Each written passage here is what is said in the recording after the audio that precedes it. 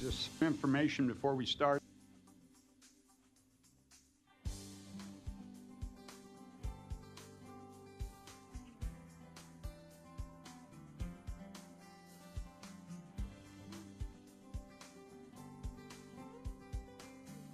Come in and fix that. So we'll work through it today. But if it goes out, just speak a little louder, please. I will now call to order the meeting of the Omaha Planning Board. The Planning Board members that are here today are Sidney Franklin, Jeff Moore, Patrick Morris, Michael Pate, Jorge Sotolongo, Dave Rosacker is the Vice Chair, and I'm Greg Rosenbaum, Chairman. Members of the city staff that are in attendance today are Dave Fanslau, Planning Director, Eric England, Assistant Planning Director, Mike Carter, Current Planning Manager, Jennifer Taylor of the City Law Department, and Kathy Epperson is our Recording Secretary. Our rules of procedure are as follows. Notice of this hearing has been published. Copies of today's agenda are located on the table in front of us. You're welcome to come down and pick one up. The cases on the consent agenda will be heard first. Consent cases have been recommended for layover, have already been heard, or are perceived by the Planning Board to be non-controversial. Therefore, they will be read and voted on without the opportunity for you to state your opinion on the case. If you wish to have this case discussed during this hearing, you may remove the case from the consent agenda. To do so with each consent case, when each consent case is read, I will ask if anyone wants the case removed for discussion. If you do, please stand up and say so, and the case will be removed. This case will then be heard after we vote on the cases that remained on consent.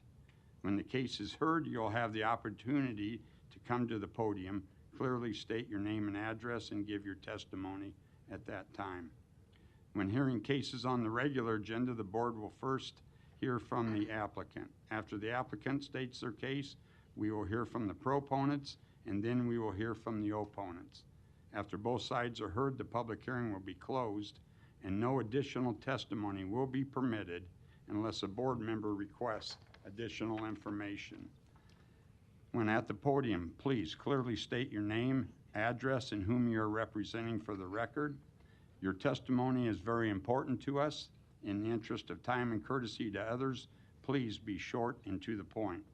We will try to limit each case to 10 minutes. Those directly involved in the case, please speak first. We request that large groups select a spokesperson to represent that group, therefore eliminating repetitive testimony. When giving testimony, please provide new information and try not to repeat what has been previously said. We do ask that all speakers and others be treated with courtesy and with respect. In that regard, please remain silent while seated, and please turn off your cell phones. Our decision to approve, deny, or continue a case made here today will be forwarded to the City Council for another public hearing and final disposition by the City Council. Conditional use permits are an exception to this rule. The board's decision made here today on conditional use permits are final and not forwarded to the City Council. Lastly, upon the advice of the Law Department, all communications to the board members from attorneys or other interested parties should be transmitted through the Planning Department so that they're made a part of the public record. The department will then transmit all that information to the board as well as to the rest of the public. A current copy of the Nebraska Open Meetings Act can be found in a white binder in this room. And before I get to the consent cases, the board has some business to take care of. Today is Sidney Franklin's last day on the board. You're completing 5 years, correct? She went through a 5-year term. This is it for her. I just wanted to say that when Sidney came on the board, her knowledge of not just parts of the city, but the entire city, her knowledge of housing, public housing, the organizations, the boards, the grants that are out there were a tremendous asset to this board. And her knowledge has been relied on many a time. Personally, I'm going to miss her,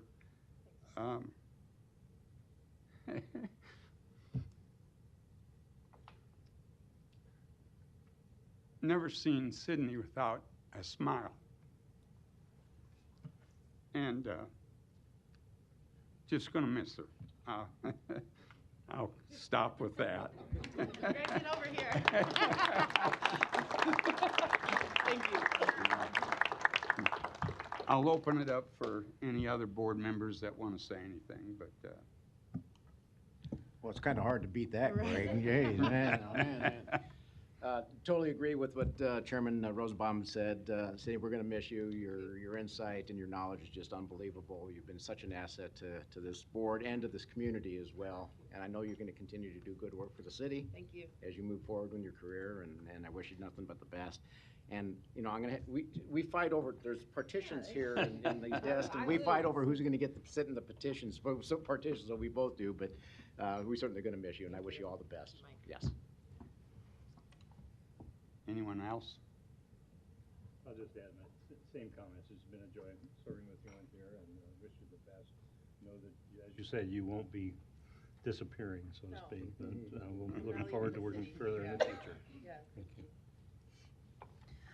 Yeah, just to echo everybody else's statements. Thanks for your leadership in this town. I'm proud to call you a friend and a peer in this industry. And I started a little after you had been on the board, and you really helped me get used to the process and feel comfortable. So I thank you for that, and I really look forward to all the things that you accomplish later. Thank you for heading one of the great organizations, 75 North, that was so transformative for North 30th Street and the urban core in general. So yeah, can't wait to see what else you accomplish. Thank you. Thanks. And I'll just share really quick. Oh, you're good. It's been a pleasure working with you, and I wish you all the best moving forward. And I hope you'll stop in and see us every now and then, and tell us what we're doing wrong. For sure. Thank you. We'll stay in touch. I want to say thank you to Dave Fanslaw and the mayor and the mayor's office for considering me for this appointment. Eric, for your leadership here on this board. Mr. Chairman, this has been just a really fabulous experience for me. I cannot believe it's been 5 years. I was on maternity leave at 75 North when I had my first board meeting here, and I just can't believe that it's been 5 years. And so I'm going to make some space for some new energy and insight, and you will definitely still see me. I'm not leaving the city, so thank you. All the best. Yep. Anybody else? So I'm going to go first before Eric. Eric has something for you, Cindy, but I want to thank you for your service to the citizens of Omaha and to my department. You've been a great board member, and we're going to miss you on the board. Thank you for your friendship. Hopefully that will not end, and I'm sure we'll see each other around, and I wish you the best of luck, and thank you again. Yeah, you bet. Yeah, Sydney, so that we can keep this moving, I'll be short, but yeah, appreciate all your time served on the board. Really value all of what you have brought, in not only our conversations here at the public meeting, but in the pre-meeting, outside of work, emails, phone calls. So it's been a pleasure working with you, and obviously don't be a stranger. I think you'll continue to look us up and use the resources and the connections that you've made, and we just appreciate everything that you've done. And so we do have a certificate of appreciation. So if you can join me in front, you're gonna. You want all of us up there right now? Yeah, That would be fine. Let's Yeah. do it. I don't want to be the only one that looks short up there, so. You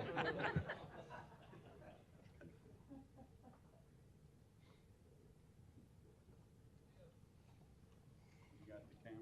Yeah.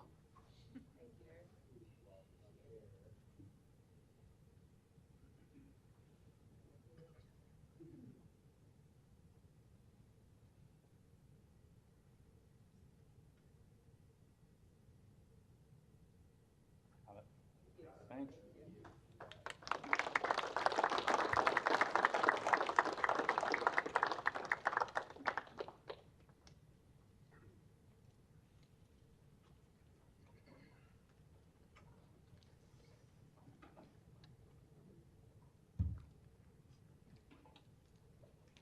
Okay, I'll get started with the consent agenda.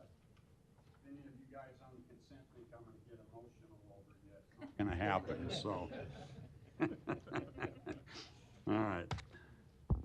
Remember, if a case is on consent and you want to take it off consent for whatever reason, you'll have to stand up when I ask, and then we will remove that case, but, okay. Agenda item number 4, case C10-12-157, applicant Woodhouse Auto Family. It's on consent for approval. Request approval of a major amendment to the mixed-use development agreement for West Dodge Point, laid over from our August 24 meeting. Location 17335 Birch Street. Anyone wish to have this removed? Okay, seeing none. Agenda item number 6, case C3-24-196, applicant The Mensch Group LLC. It is on for approval. Request approval amendment to the future land use element of the city's master plan from civic and low-density residential to low-density residential. Location 4209 and 4215 Allison Ave. Anyone wish to have this removed? Okay, seeing none. Agenda item number 10, case C10-2-203, C12-24-193, applicant HHVP 24 RE LLC. It is on for approval. Request preliminary and final plat approval of West Village Point replat 13, a minor plat inside city limits with approval of a major amendment to the mixed-use development agreement for West Village Point. Location southeast of 180th and Burke Street.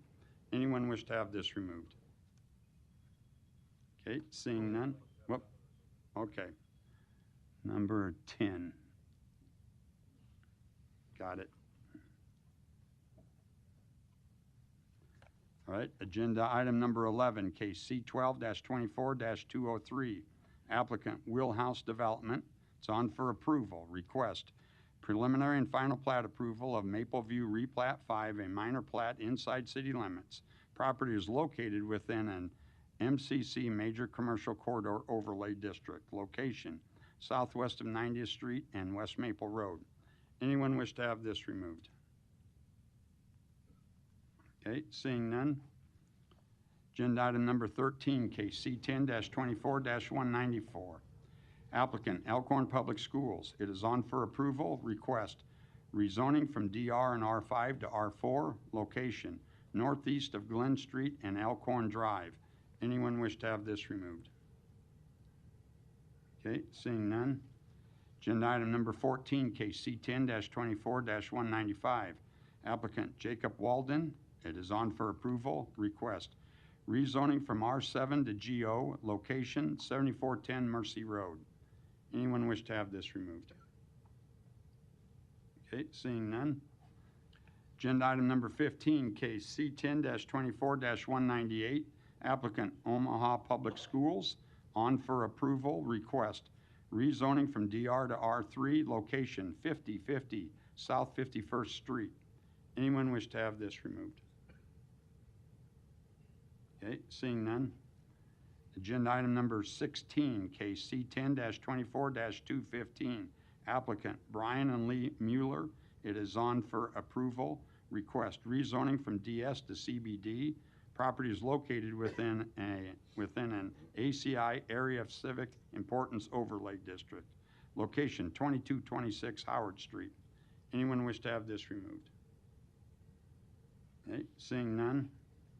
Agenda item number 17, case C10-18-15. Applicant GLR Development LLC. It is on for approval. Request approval of a major amendment to the mixed-use district development agreement for West Farm. Location southwest of Hartwood Row and Applied Parkway. Anyone wish to have this removed? Okay, seeing none. Agenda item number 18, case C10-24-199, C11-23-202. Applicant Salvation Army Western Division. On for approval. Request approval of a major amendment to the PUR Plan Unit Redevelopment Overlay District, along with a repeal of the ACI overlay and PUR overlay for a portion of the site. Location northwest of 24th and Pratt Street. Anyone wish to have this removed? Seeing none. Agenda item number 23, case C10-24-200, applicant Dakota Upright Limited Partner, on for approval request. Approval of the MCC Major Commercial Corridor Overlay District, location 3401 South 84th Street. Anyone wish to have this removed? Okay, seeing none. Agenda item number 24, case C8-24-206, applicant Liz Tangi. It is on for approval.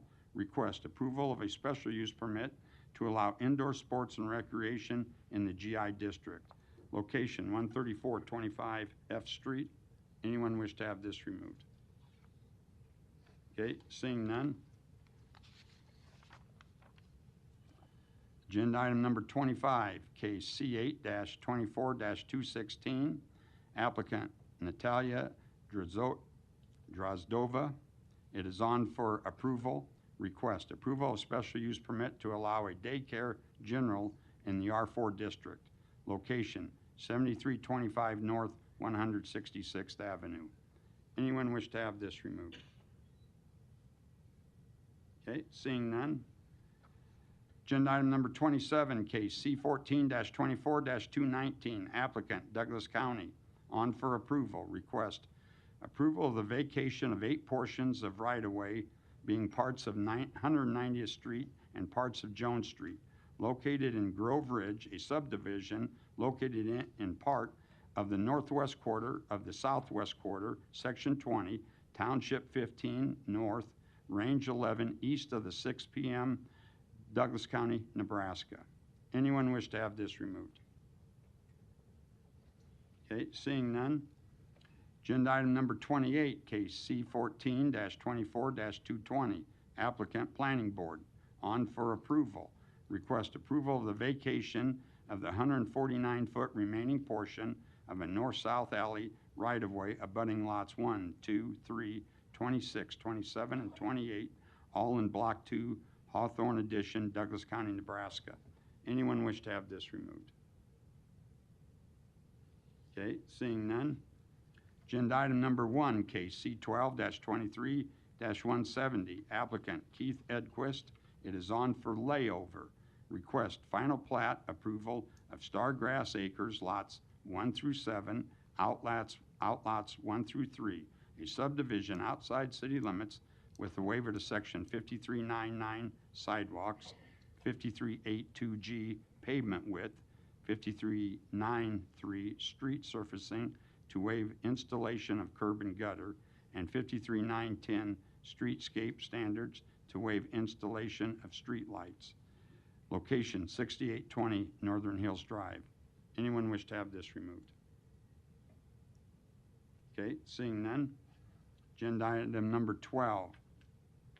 Case C10-24-204, C12-24-205, applicant Charles Mangiamali. It is on for layover.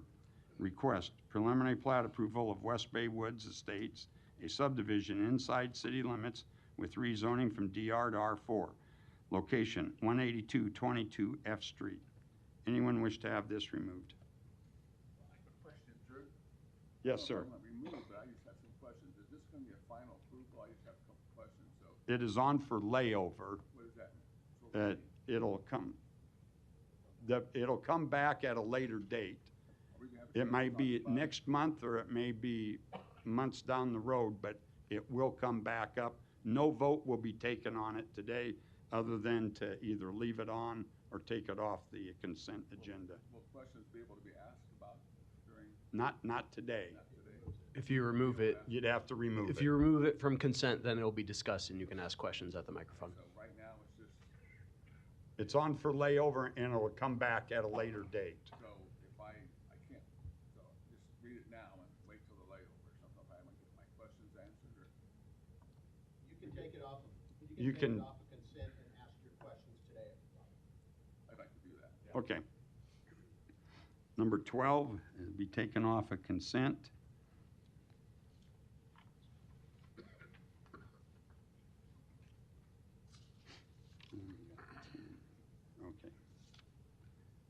Agenda item number 22, case C11-22-44. Applicant Woodsonia 3902 Dodge LLC. It is on for layover. Request approval of a major amendment to the PUR Plan Unit Redevelopment Overlay District.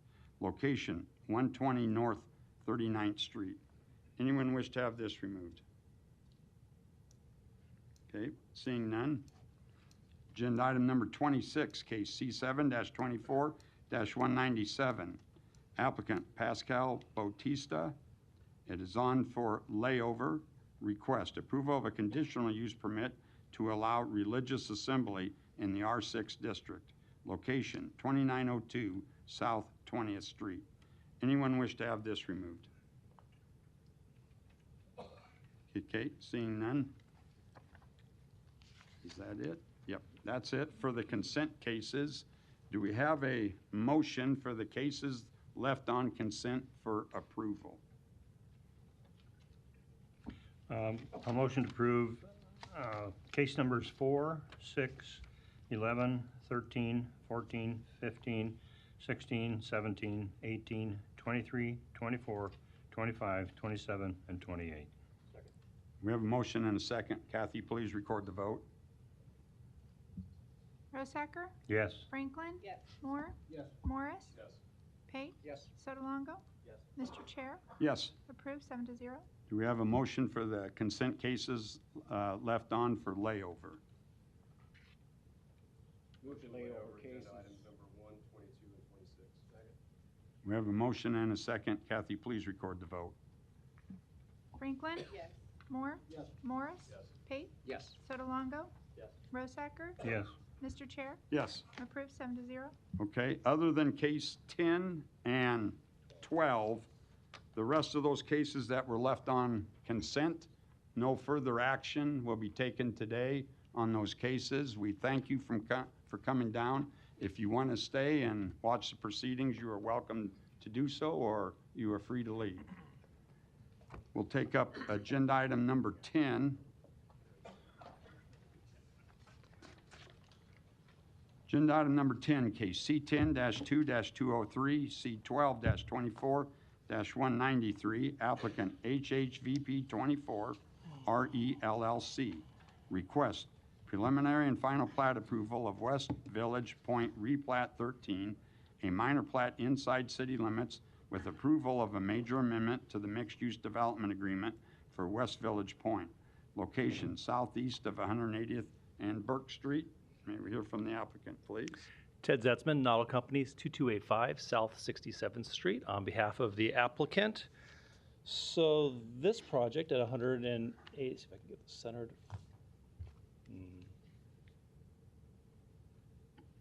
Get that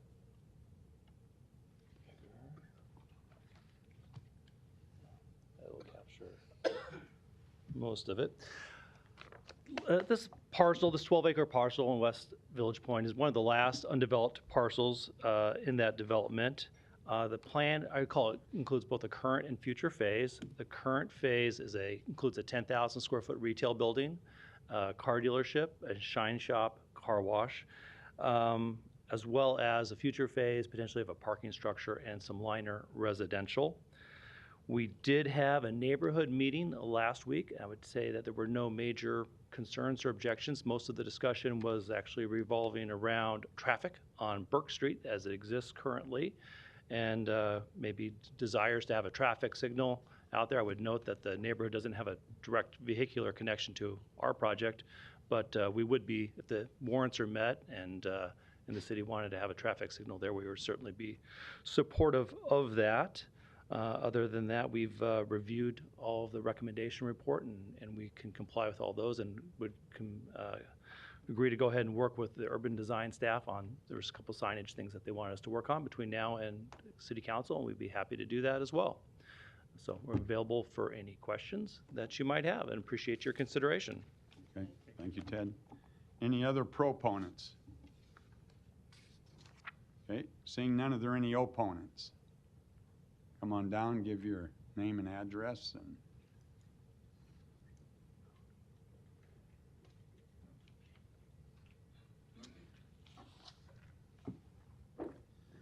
Good afternoon. My name is Carl Dankoff. I live at 17909 Harney Street, which is right adjacent.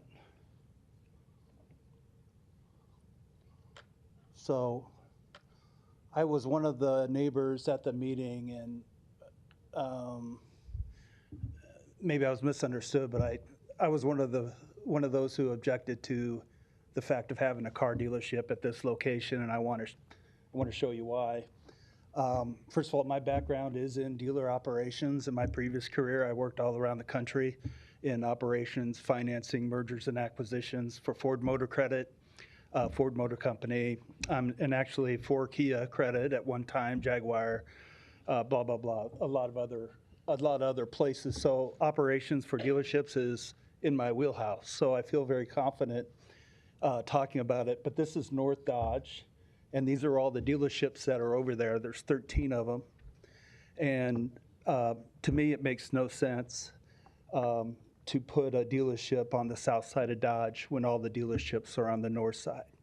It's a perfect auto mall. If any of you guys have lived in Phoenix or LA or even places like Chicago, you have giant auto malls. Texas is one that's very common, that you have a conglomerate of dealerships all together. From the standpoint of the neighborhood, where we live is that blue dot in that street. It doesn't affect us because there's a large berm that covers us, large berm right here. And there's no connection between this parcel and into our neighborhood. So I'm not anti-development. I'm actually pro-development. I'm excited to see this piece actually finally finished because it's been sitting vacant for a long time.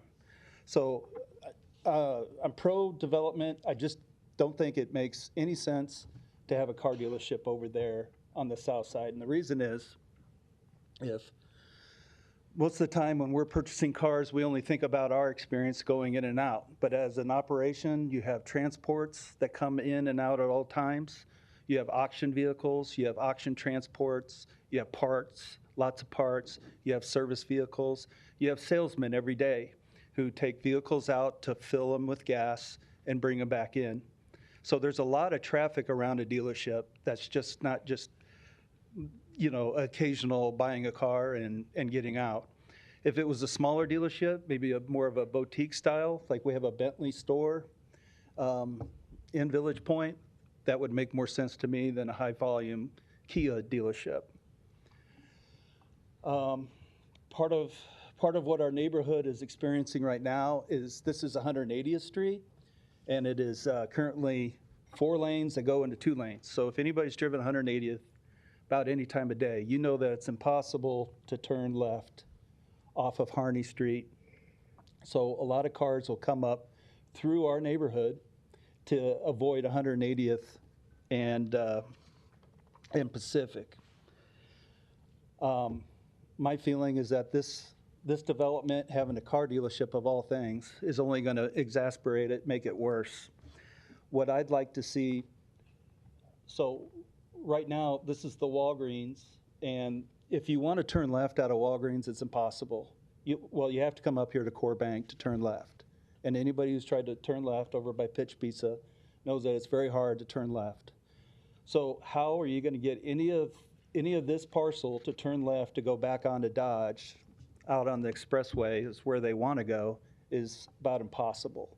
They're all going to travel through Village Point on Burke because turning right is the only way to do it. If they do manage to turn left, it's already jammed on 180th. We were supposed to get our street widening, but I guess the streetcar pushed us back until 2029.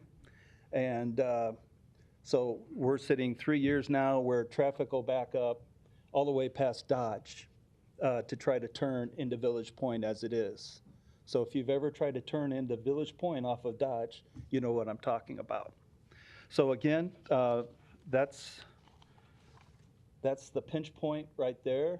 I think that's way too much volume and way too much. I think it's the dealership is in the wrong position. Okay. Thank you, Carl. Yep. Any other opponents?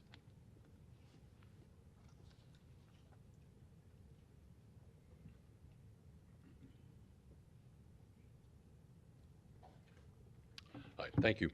My name is John Hiller.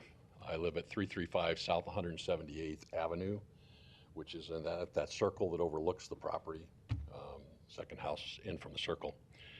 I have a couple concerns about this replat.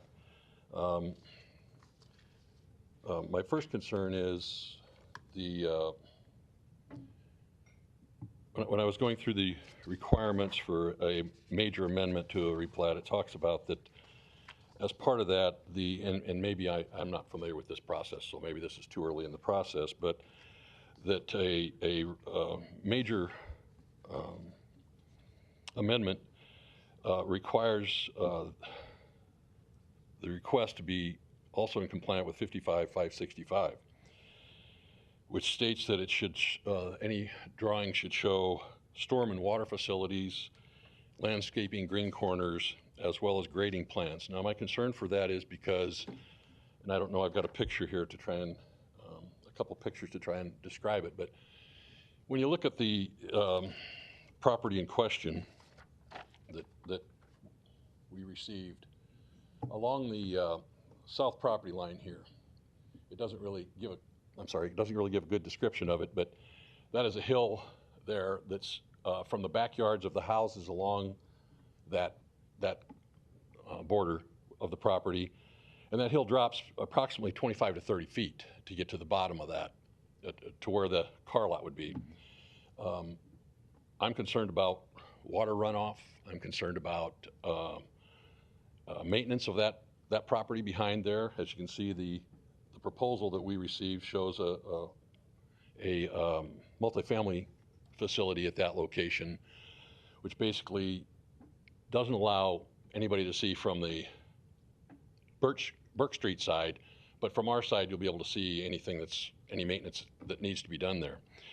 So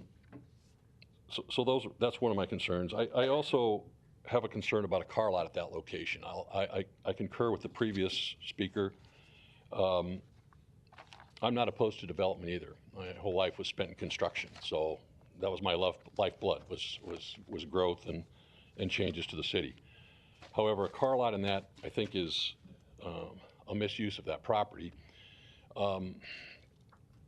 The reason that property is still available or has not been developed is it was owned by Children's Hospital, and I'm sure you may know this, for a number of years for future expansion. They determined that was no longer necessary, so we went back on the market about 6 months ago. When I first looked at this proposal, I just did an internet search of Village Point to see what the description of Village Point shopping area was, and it calls it a dynamic area known for open shopping, dining, entertainment options, retail stores, restaurants, and luxury homes. Make it a vibrant community hub. The original development plan that was instituted in 2004 did not allow for a car lot to be installed on that without special, they did not allow for that. I think that was by intention. A car lot at this location would be would change the dynamics of the entire area, in my opinion. And having it back up to the homes along that south area, I think would be something that would be disturbing to those homeowners. I'll take any questions. Thank you. Thank you, John. Any other opponents?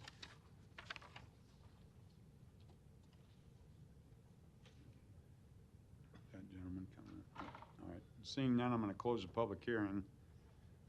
Todd, did you want to come up, or Ted, I mean, and come up and address Absolutely. these Thank concerns? Thank you. Sure. I didn't mean to miscategorize Ted, your. We'll need your name Ted and Zetzman, address again. 2285 South 67th Street. Didn't mean to miscategorize your comments on the car dealership. I took those, there was mentions of several other boutique brands and other brands, and so it seemed like it was more that it was a Kia, not that it was a car dealership in itself. But I guess I think there was some concerns regarding, I mentioned of transports, and I can tell you we did review the operational hours of all the facilities at the neighborhood meeting, but also in terms of the transports. This dealership does have a central location down on 370 where they receive all their transports, prep their cars, and then they would drive them to there. So there won't be transports coming in and out of this facility. As far as I'll address the berm, and there is a large berm that it is up to 40 feet. And I would actually submit, I don't know that you can actually see a lot of this area from the residential area because of that berm. And when it's built out, I'll show you the berm there and the homes. The line of sight would be very difficult to even see a lot of that. And our intention, there is a landscape buffer there, and our intention is to leave the landscape buffer and not disturb that. So, in fact, I think we enhance it a little bit. We have some plantings that are planned there. And as far as, this is a new prototype store. It is very aesthetically appealing, I think, and consistent with a lot of the other buildings that are in the area. And I think that you're right. This is West Village Point, but Village Point was done a while back, and things evolve. And I think it was a good, high quality facility that would actually fit in well there. So that, I guess, happy to respond to any more questions that the board may have. Yeah, Ted, I had a comment from John about stormwater. I know will be addressed by permits and inspections. Correct. Oh, we have our engineer here, so I think he can address that if he would like. But we fully intend to comply with all stormwater requirements and drainage. And obviously, we don't want to have an issue. I mean, there's stormwater running down that hill anyway right now. So we would have, yes, development at the bottom of that hill. But I think if there were issues, those issues would already be evident. Ted, just a couple questions for you. It does seem a little odd to put the car dealership there when all the other car dealerships are on the north side of West Dodge there. I think that's fairly logical to think that way. In saying that, obviously I don't oppose that, but there's also a lot of lighting that's required for these car lots, particularly at night, to avoid any kind of, for security reasons, obviously, sure. Right? Can you address how you might manage the lighting so that it doesn't really interfere too much with the neighborhood? Sure. Well, I think, again, it goes back to the berm and the elevation change. It would certainly be helpful. I think the height of our lights is still somewhere 20 feet below the top of the berm. Obviously, we would comply with any light. There's ordinances regarding light spillage. We'd comply with all those, and it would be directed downward. We're trying not to light up any additional area. Did the developer consider any other building other than a car dealership on that site? So that's being driven by pretty much an LOI? It's being acquired. The property is being acquired by H&H. So that is. It is. It is. Okay. Yeah, we are working on. Yes, we are developing on behalf of the H&H group. And they've been looking up and down West Dodge for a while. H&H is a very successful dealership. They own other dealerships along West Dodge that are not in Village Point as well, and they seem to do pretty well. So I guess it's not going to be my position to tell them how to run a car dealership business. I would submit that they know that much better than I do. Yeah, they also have a good site off of the interstate there on I-80. Yeah, they do. Different zoning jurisdiction, though. Thank you. What's the timing plan for the residential building? That would be a future. It would not be us. So the 10,000 square foot retail pad would be sold, and so they're in contract negotiations for it lays out like a food and beverage, and of course it's a food and beverage concept that was looking to buy the 10,000 square foot lot. H&H would own the car dealership. H&H entity would own the shine shop, car wash, and then the residential. It could be us. It could be someone else. They could spin that off. It's a future phase. Any additional questions for Ted? Thank you, Ted. Thank you. Can I call Ryan Haas, come up, Public Works?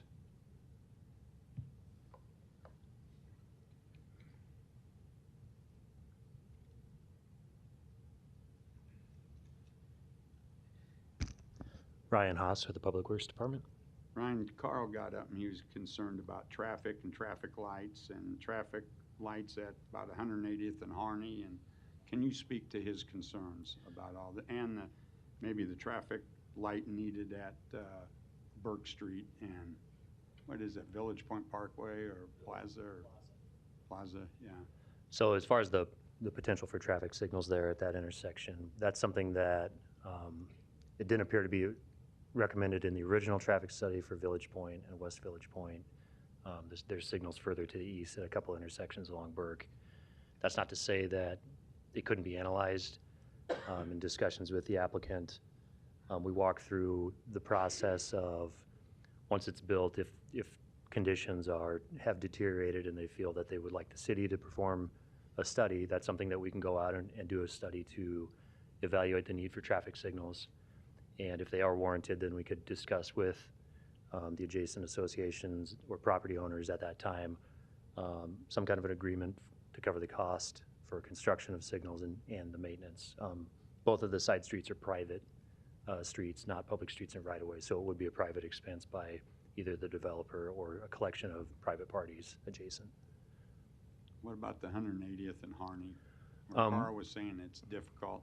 We've got one right at the bottom of the hill there where Burke comes out. But so are there signals there now? Is that there is at the bottom of the hill towards West Dodge on Burke, but and 180th and Burke.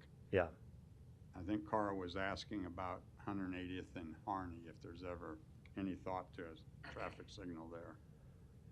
It'd be the same process. If they felt that traffic signals could help there, they could call Public Works and request a study. We do this. It's the same process. We'd go out and evaluate the potential.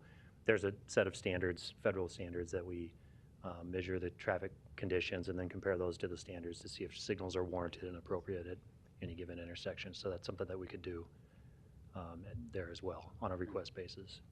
I think it, I don't know, I think it'd probably be warranted. You go out there anywhere between 3:30 and 6 o'clock at night trying to go south onto 180th Street to get out of that neighborhood. And where everything funnels into one lane, it's backed up clear past even Burke Street there. I know the area very well. So it's virtually impossible to get unless someone's going to let you in to do that. Yeah. So I think it might be warranted to at least do some sort of a preliminary study just to see if it might be warranted out there because it is a problem. And I know that is something that we look at a lot of times. If there is an upcoming widening project, they'll look on the corridor and see, are there any side streets that maybe project out to potentially needing traffic signals? So that could be already something that's taken place. I'm just not involved with that project, so. Right, okay. Thanks, Ryan. Yeah. Even though that had no bearing on this case, the 180th, Yeah. but thank you for answering that. Sure. Yeah. Any additional comments or questions before we hear from Eric? Eric. Sure. I don't have too much to add. A few comments, a few things to wrap up with the mixed-use development agreement, such as Ted had mentioned, signage and just a few other items.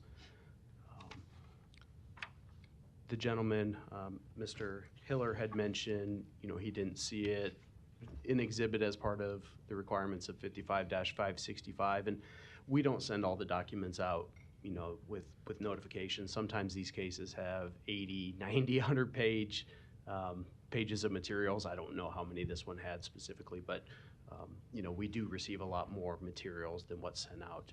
It'd be challenging and a lot of paper actually. So I just wanted to mention that. And I'm not a traffic engineer, but 180th Street is identified in the future CIP as a future project for widening. That's a number of years still off the way, but we do recognize this area. Yeah, it does get challenging between Burke Street and just north or just south of Pacific, I would say. So other than that, unless you have any specific questions, staff recommends approval of the major amendment to the mixed-use development agreement for West Village Point, subject to submittal of acceptable mixed-use development agreement prior to City Council, and approval of the preliminary plat subject to the 5 conditions in the report, approval of the final plat subject to submittal of an acceptable final subdivision agreement prior to City Council. Do we have a motion? applicant move for the approval of a major amendment to the mixed-use development agreement for West Village Point, subject to submitting an acceptable mixed-use district development agreement prior to forwarding the request to City Council, and approval of the preliminary plat subject to the following 5 conditions, and approval of the final plat subject to the conditions of preliminary plat approval and submittal of an acceptable final subdivision agreement prior to forwarding the request to City Council for final action. Second. We have a motion and second. Kathy, please record the vote. Moore, Yes. Morris. Yes. Pate, Yes. Sotolongo, Yes. Rosacker, Yes. Franklin. Yes. Mr. Chair, Yes. approved 7-0. Agenda item number 12, case C10-24-204, case C12-24-205. Applicant Charles Mangiamali requests preliminary plat approval of West Bay Woods Estates, a subdivision inside city limits with rezoning from DR to R4. Location 18222 F Street. Is the applicant here?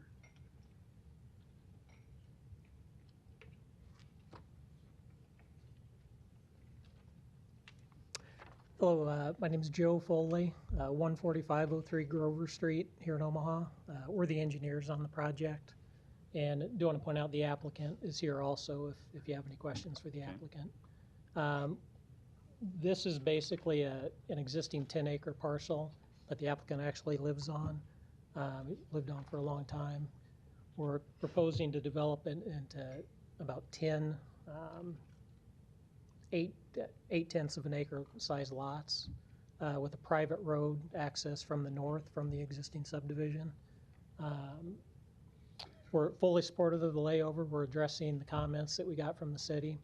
The primary comments involve stormwater runoff. That's a pretty challenging site to handle the stormwater runoff because there's nothing really to connect into on the lower end of the site. So we're working with the city, and essentially that change is going to be when we come back before you, there'll be an outlot around the perimeter of the site that we're going to use to address the stormwater and kind of preserve the existing trees around the site. So look forward to answering any questions you might have, and I'll leave it at that. Thank you, Joe. Any other proponents?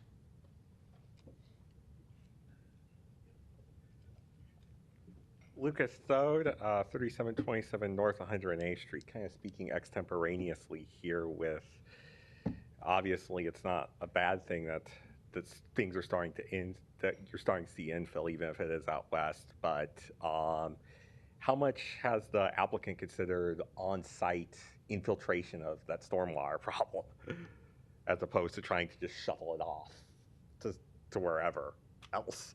Okay. That's Gotcha. all. Thanks, Luca. Thank you, Luca. Any other proponents?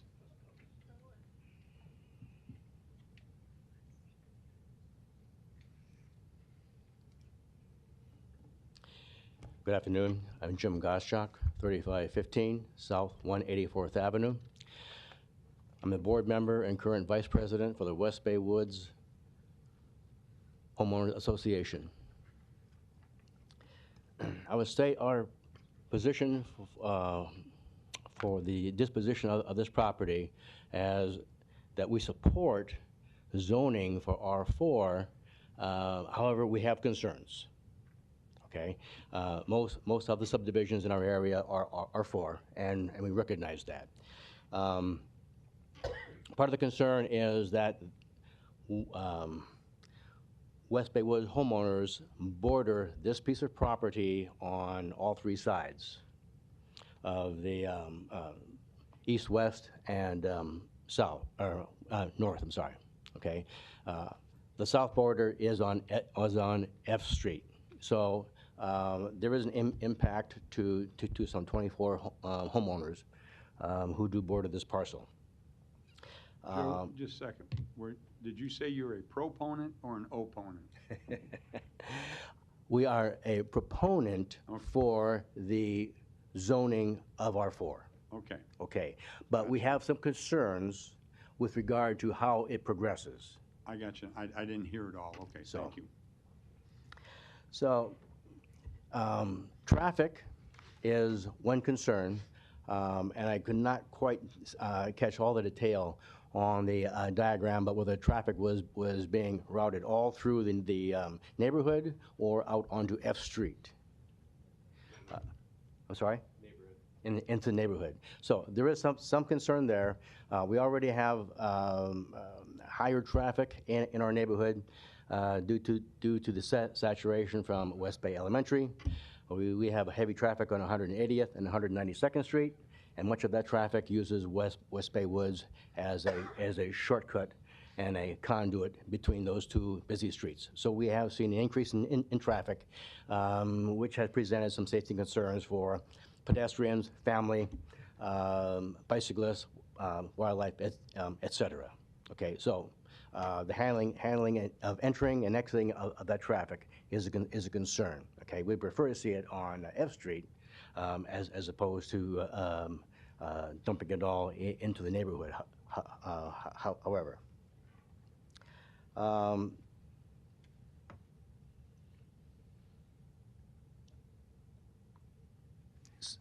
second concern is that for potential future developer to acquire the property and then perhaps not be able to end up developing it into these nicer one acre parcel, but end up developing it into wanting to go for apartments and R6 type of zoning. Okay, we would be a definite opponent and object to that type of future zoning. Any questions? Yeah, are you an SID? We are not. We were annexed in the city about 2 years ago, sir. Okay, all right, good. And you do realize there's only 10 lots platted on this, right? I mean, it could be a whole heck of a lot more than 10 lots platted on this lot. I understand. Right? I understand. So from a traffic perspective. That's why we're in support of the plan as these 10 one acre lots as opposed to 20 lots or 30 lots, whatever. Yeah, but it could be. So from a traffic perspective, it could be a lot worse with 24 lots as opposed to 10 lots or 34 lots, whatever it might be. I understand. Right. Okay. Just want to make sure you guys understood that. I understand. And you're not an SID, so you don't have to worry No. about debt. Okay. No. That's all I have. Thanks. Okay. Thank you. Thank you. Any other proponents wishing to speak? Okay, seeing none, are there any opponents?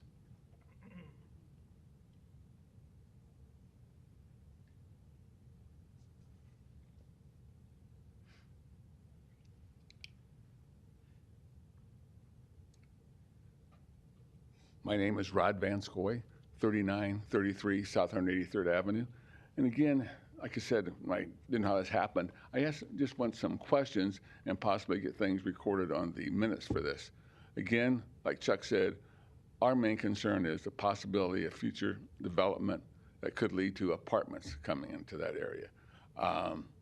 And the usage on this letter said R4 high density. That concerned a lot of people that I talked with. And I just like to again, I mean, all for Chuck, what he's going to do. I think it's a great idea. However, if it all works out, it's perfect. But in the future, possibly development of apartments there would really deter from our current housing addition. So I'd like to somehow get in the minutes recorded that currently this will not allow apartments, and any future that would have possibly for the apartments would have to go through a whole rezoning again. Eric, I assume you'll address the high-density R4. Yeah, so he'll address that question. Okay. Okay, thank you. Any other opponents? Seeing none, close the public hearing. Additional comments, questions? Oh, I can ask Joe to come back up if you want to.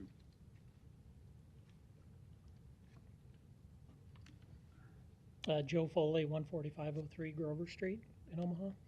Is there anything you want to address from? I would address the stormwater infiltration because that was actually a really good question.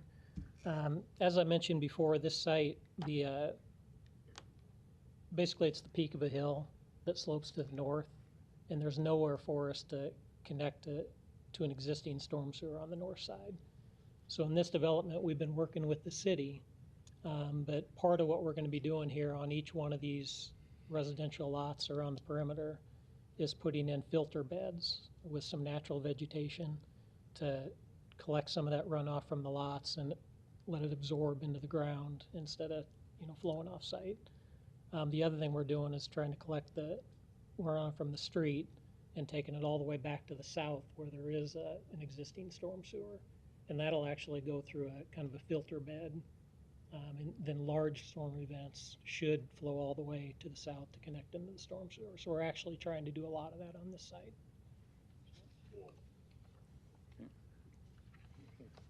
Any questions? All right, thank you. No apartments. I mean, that's not any intent for apartments. It's just 10 lot. Correct, and that's actually what I went with the R4. Our apartments aren't allowed in R4 zoning, so this is the intent on what we want to do here. Thank you. Yep. Okay, thank you. Eric. Yeah, so I'll start with the comment about the definition of the high density. So yeah, that's a little misleading. Perhaps we should change the title of that in our zoning code. So big picture, we have Omaha's master plan. There's several large classifications. There's low density residential, there's high density residential, then there's office commercial, there's civic, there's open space, and industrial is pretty much your general categories. As you move beyond that into the specifics of the zoning code, it breaks up into individual based districts. There are 9 residential zoning districts that fit into either that low density or that high density residential master plan larger classification. So R6, R7, R8, those are the zoning districts that make up your high density residential classification. Those allow your standard apartment buildings and much higher density. That's not what's being proposed here. So R5 and below, so you have DR and then R1, R2, R3, R4, and R5. Each of those are considered what's low density residential in the master plan. But between those districts, they all have a different size or lot minimum requirement. So for example, an R1 zoned property is a minimum lot size of 20,000 square feet, which, the proposed lots, they technically would exceed that, but you don't see typically developments going to R1 or R2 these days just so they can have higher building and impervious coverages, smaller setbacks, things like that. So, but R1, for example, you can do about 2 units per acre. As you increase up to the R5, the density increases, whereas in R5, you could do about 14.5 units per acre. So they're all single-family residential, so R1, well, let's say R2, it's single-family residential, low density. R3 is single-family residential, medium density, and then R4 is single-family residential, high density. It's just, it allows smaller lots, but it's still within the overall low-density residential classification. So I know it's a little confusing how that's labeled, but for R4, you can do a minimum, your single-family lots are generally 5,000 square foot minimum lot size. So what's being proposed, obviously there's much larger lots than what R4 could allow, but you heard the applicant, this is the product that they are going towards, and he mentioned the stormwater and the tree mitigation. So those are the 2 concerns and items that would need to get addressed before staff could recommend approval. So with that being said, staff is recommending layover. Okay. And Eric, one other question. We're not going to turn that out into having an entrance and exit onto F Street. I think that was a question. It's a driveway now, but we're closing that up just for safety and not taking more people through the neighborhood, correct? That's correct. Based on the submittal that is being requested, there is not any access to and from 180th Street to these future lots. So it would all come from Nina Street on the north. There is a current stub street. Sorry, F Street, not 180. Thank you. Misspoke there. But yeah, all of the traffic should be very minimal. I mean, this is 10 new additional houses surrounded by hundreds of existing homes that are in the neighborhood. So yeah, we do have some comment on how to treat that street stub because it is a private street that's proposed, so. Yep. Do you give the recommendation? Yes. Okay. Do we have a motion? Motion to lay over. Second. We have a motion and a second. Kathy, please record the vote. Morris? Yes. Pate? Yes. Sotolongo? Yes. Rosacker? Yes. Franklin? Yes. Moore? Mr. Chair? Yes. Approved 7-0. Okay, our first case, agenda item number 2 is administrative meeting only. There will be no opportunity for public testimony. Agenda item number 2, case C10-16-287, C12-16-288. Applicant Jasper Stone, 192nd and Dodge LLC.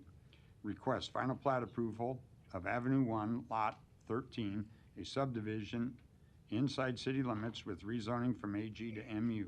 Location south of 193rd Street and south HWS Cleveland Boulevard. Eric? Yeah, so this is the next phase of Avenue 1, just the platting of one lot.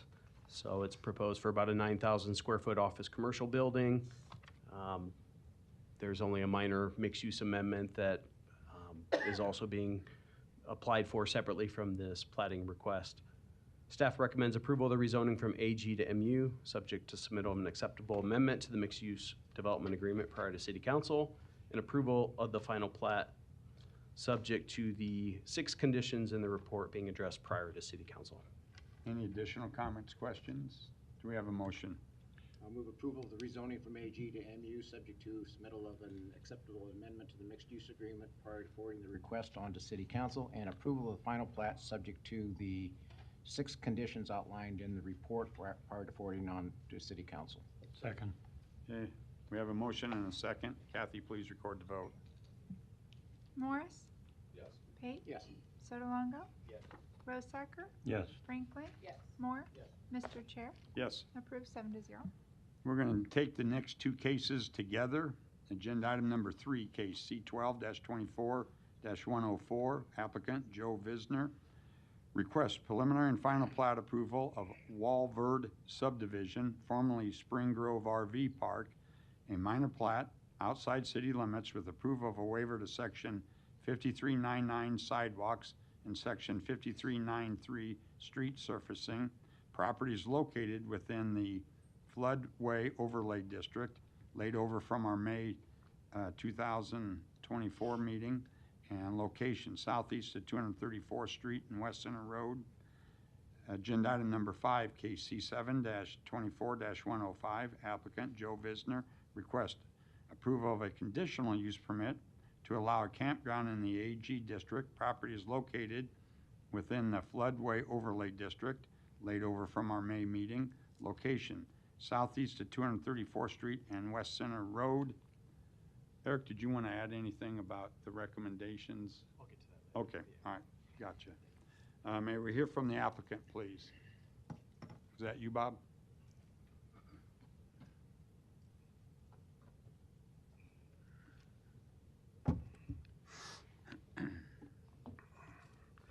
My name is Robert Peterson. I represent the applicants, Bud and John Walverd. They're present here with me and can help maybe answer any questions the board may have. Need your address, Bob? 14747 California Street.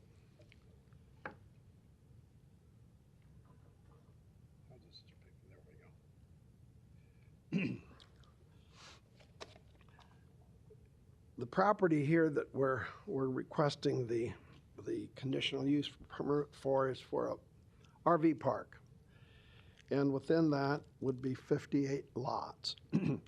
This property has been in the Walverd family since 1950-some. This is a corner of their property that is adjacent to the Elkhorn River. And they are proposing this for just a recreational park. The 58 lots would be 50 feet by 70 feet, and they'd have 10 by 25 foot pad parking. That's enough for each lot to have 2 cars. In addition, throughout the park, we have 31 other parking spaces that are available just for people to come in. The property would be maintained by the Walverds who live there. John Walvard's house is maybe a quarter of a mile from this. They will be on site with this every day. And I just want to give you a brief update of what is there. We'll have electrical services at every one of the RV lots. We will have water spigots, which are available for refilling tanks. And we will have sanitary that comes in on a regular basis to pump the pump the units. There are portable restrooms that are provided. We also have an ADA restroom, which is provided with hard surface for handicap access.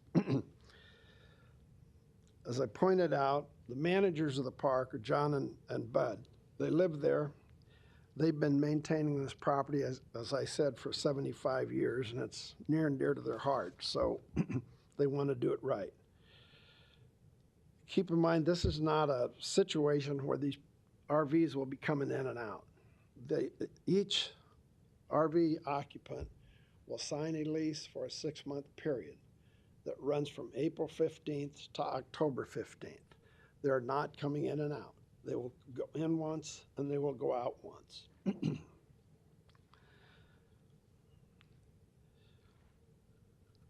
We also have basically an operation agreement for the development. And it's going to require that each RV that comes in is approved by management. It's got to be licensed and it's got to be insured. We will not allow any motorcycles, ATVs, or utility vehicles within the park. Additionally, there are no commercial uses, so we're not going to have concerts, weddings, or any group facilities down there. That's not allowed. There's no commercial allowed whatsoever. That includes a prohibition for fireworks, firearms of any kind, bow and arrows. None of that is going to be allowed pursuant to the terms of the lease. In addition, there are quiet hours that will run from 10 p.m. to 7 a.m. every day of the week. And typically, we have suggested in the lease that there will not be groups of more than 10 people. They want to keep groups of less than that. One of the ways they do that is this is a gated community. The only access is going to be through a gate that the occupants, the residents there will, I shouldn't say residents, but the campers will have access to it. The only other way people get in would be their guests that they have to allow into the park.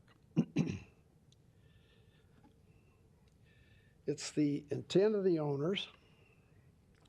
What they want to do is to provide a community that allows the campers to enjoy the native wildlife, the walking trails, the grasses, and the wildflowers that they have planted over the years. Now, I know there's a number of neighbors here that are concerned about the safety of the occupants. I want to address that. Primary is flooding. This is in a floodway. There are no improvements, permanent improvements that's allowed there, such as decks or any structures whatsoever. The management has also prepared an emergency action plan, which includes contact of every occupant, every person who's there, cell phones, home phones, emails for all of the occupants. The managers maintain weather radios in their homes, and they will have an NOAA weather radio app on their cell phones. So they're in contact with the weather all the time. Notice to the tenants of high water forecasts will be given if the river at Waterloo, according to the National Weather Service, which is located at Valley, if they forecast a 12-foot water reaching a level of 12 foot, then our managers will notify all of the occupants to be ready in case they have to vacate. If that's forecasted at 15 feet or greater, then all of the occupants will be required to move their RVs. If they don't move them, within the lease, our managers have the right to move them out of the park. The power will be shut off and nobody will be allowed in there until the water issue is resolved. One of the other things I wanted to note, historically, these flood events, they do have them, but most of them are in the spring when the snow melts. And, you know, we're not there. We're not there until April 15th. The neighbors also had concerns about access from West Center Road. As I pointed out, these vehicles aren't coming in every week. They're not going in and out. They're in and out one time. Access when they open the park for the RVs to come in is going to be staggered so that not everybody will come in there on the same date.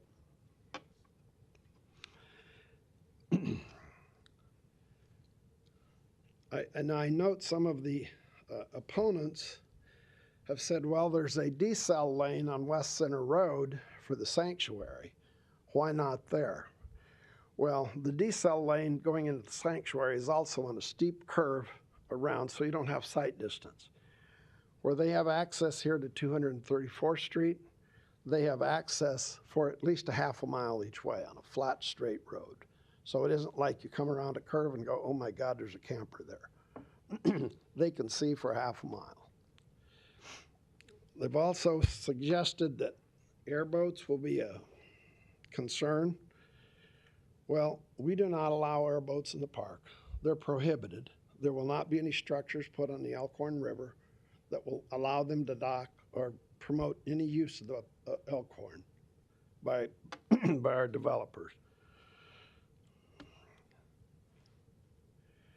Now, our clients have reached out to the residents of the sanctuary to try to negotiate some resolution with them to their opposition, but we have not been able to do that. They've indicated that they will oppose this vigorously for whatever reason.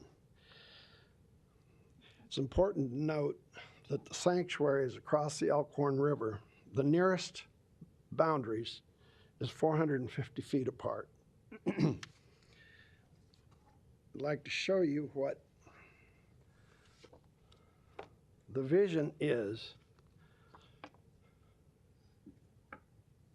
from the entrance to the park.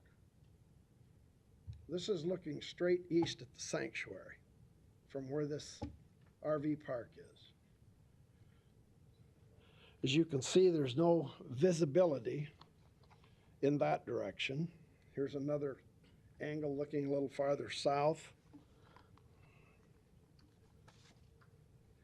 And finally, that is even farther south. As you go up to the river edge, here's what you see. This is at the river's edge, looking east again at the sanctuary. Whether their opposition is just because this is an RV park or whatever, as you can see, the visibility, there's no visibility back and forth either way. We do not share a common driveway with them.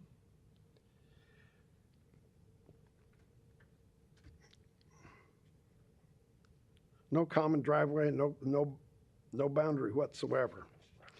So we have tried to work with the neighbors. I think we have addressed every one of their concerns. This meets the requirements of the planning department, and I would request approval. Anybody got questions? One question. You said the quiet hours would be 10 p.m. to 7 a.m. Yes, sir. Operations or the operating agreement in the. Absolutely, yes. It says 8 a.m. Well, So I just want clarification on what that is. They have changed it to 7. Oh, have they? Yes. And then did you have a meeting with the neighbors?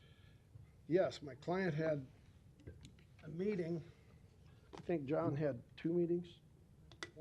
One in person. We've sent out 2 letters to him to reach out to try and discuss it. I have their response here if you want to see it. It's pretty short.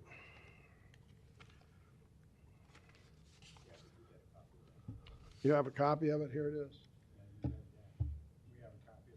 Yeah. So we've reached out to address any concerns they'd have. We have no feedback. In getting here, I'd like to point out that our clients have worked well with the planning department for months, with the State Department of Roads, Douglas County Engineer, the Game and Parks Commission, the NRD, and the Corps of Engineers. All have given us approval for this. And I guess we've gone as far as I think we can go.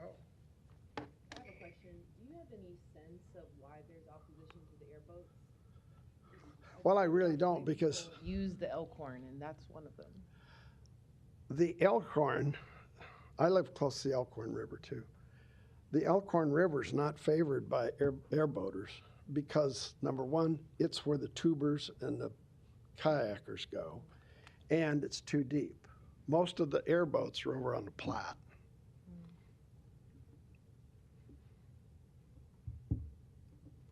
Any other questions for Bob? Thank you, Robert. Thank you. Can I call John up real quick before I move on to additional proponents?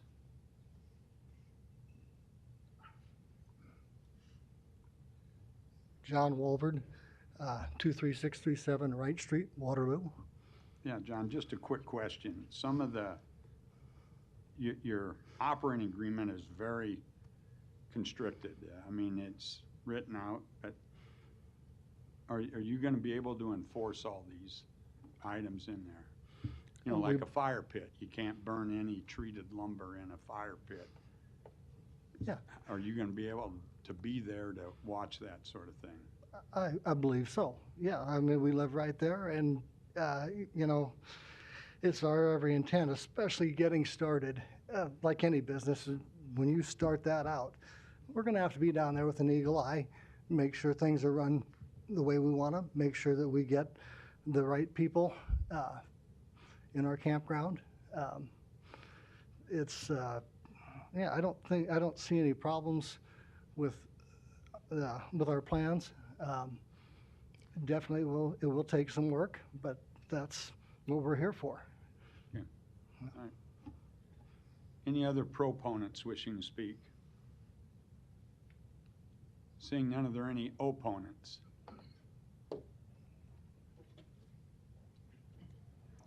Good afternoon. My name is John Winkler. I'm the general manager of the Papio Missouri River Natural Resources District, 8901 South 154th Street.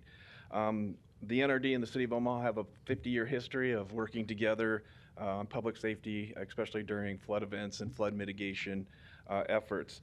The NRD personally has reviewed the Wolverd subdivision preliminary and final plat application, and we have provided final comments per the review letter that was sent to the Omaha Planning Department. Obviously, you know, three things, a couple have been addressed during the previous testimony. The NRD would require a reasonable evacuation plan, clearly outlining the criteria that triggers an evacuation and how the RVs would be moved in a timely manner during an emergency flood situation. Obviously, safety is a key concern here. Safety for the campers, safety of those downstream should the RVs and other debris be washed downriver, and safety of our first responders who have to respond to those events along our area rivers. It was addressed no permanent structures would be allowed. Also, RVs would need to be out of the area entirely during the winter months from October 31st until April 1st. However, the district would recommend that any approved camping be for a maximum of 7 days. This ensures the RV owners is near their camper in case evacuation is necessary. As a result of, oh, go ahead. Say that again, John, I missed what? It was a 7-day maximum camping. Okay, start over with that. Yeah, so we'd recommend 7 days camping be approved maximum, and this helps ensure the RV owner is near the camper in case evacuation is ordered. That way you're not calling them to have to show up or they're trying to move their vehicles on their own. I would note in the evacuation plan, we didn't receive the original one during the preliminary plat, but we did receive a copy. There was no muster area, so to speak, for if those campers are moved where they're taken. Typically, when you see an evacuation plan, they have a set-aside area that's out of the floodplain floodway that they can move the campers that, if the residents aren't there, that can't move them on their own, so they can't take them home.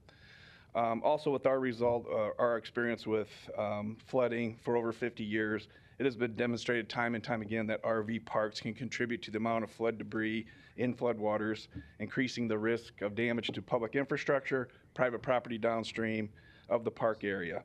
Consequently, the district just generally opposes these types of developments in the floodplain. As these type of developments proliferate, the NRD has introduced a legislative resolution a couple of years ago. LR 238 was introduced by Senator McDonald with the purpose to examine the location of RV parks, entertainment venues, and other recreational development and the impact of zoning regulations related to flooding and the possibility of adopting statewide floodplain rules and regulations governing this activity. We work with our other NRDs throughout the state, and it's kind of a hodgepodge of rules and regulations governing these types of activities. So we're looking to the legislature and possibly the state of Nebraska to promulgate some more rules and regulations.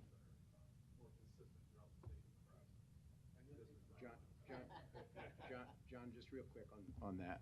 So that was a legislative resolution. No vote was taken on that, right? Just a resolution, but it hasn't been reintroduced as any kind of a law, right? In fact, we are right now, researching other states, their rules and regulations, how they manage the floodplain statewide, not just relying on the individual jurisdictions. So we hopefully be introducing something in the very near future on that.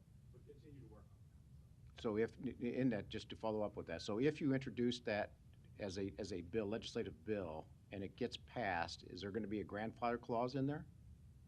There always has to be, right? Yeah. Right. Okay. I'd be happy to answer any of the questions you have, but as a general rule of thumb, like I said, just with our experiences with these types of developments in a floodplain, floodway. One thing about flooding, we had 2 100-year flood events in the Omaha metro area in late June, in May and June. That's 2. We had 3 100-year events total, but the other one was on the Missouri River. And typically these things happen very quickly, very little to no notice. We've had several other parks that they're evacuating in the middle of the night. They're trying to get everybody out there. So it's a very dangerous situation. And especially when you're trying to deal with a catastrophic flood and you're trying to work around the debris and all the other things that get washed down. And it's an issue for our staff, it's an issue for the public, and especially our infrastructure, like levees, bridges, things like that. So thank you for your time. So are you saying, just so I understand the 7-day rule thing, that your organization prefers that people stay for 7 days, pack up and leave? And then leave. And then come back? They can come back, but yeah, that they're there.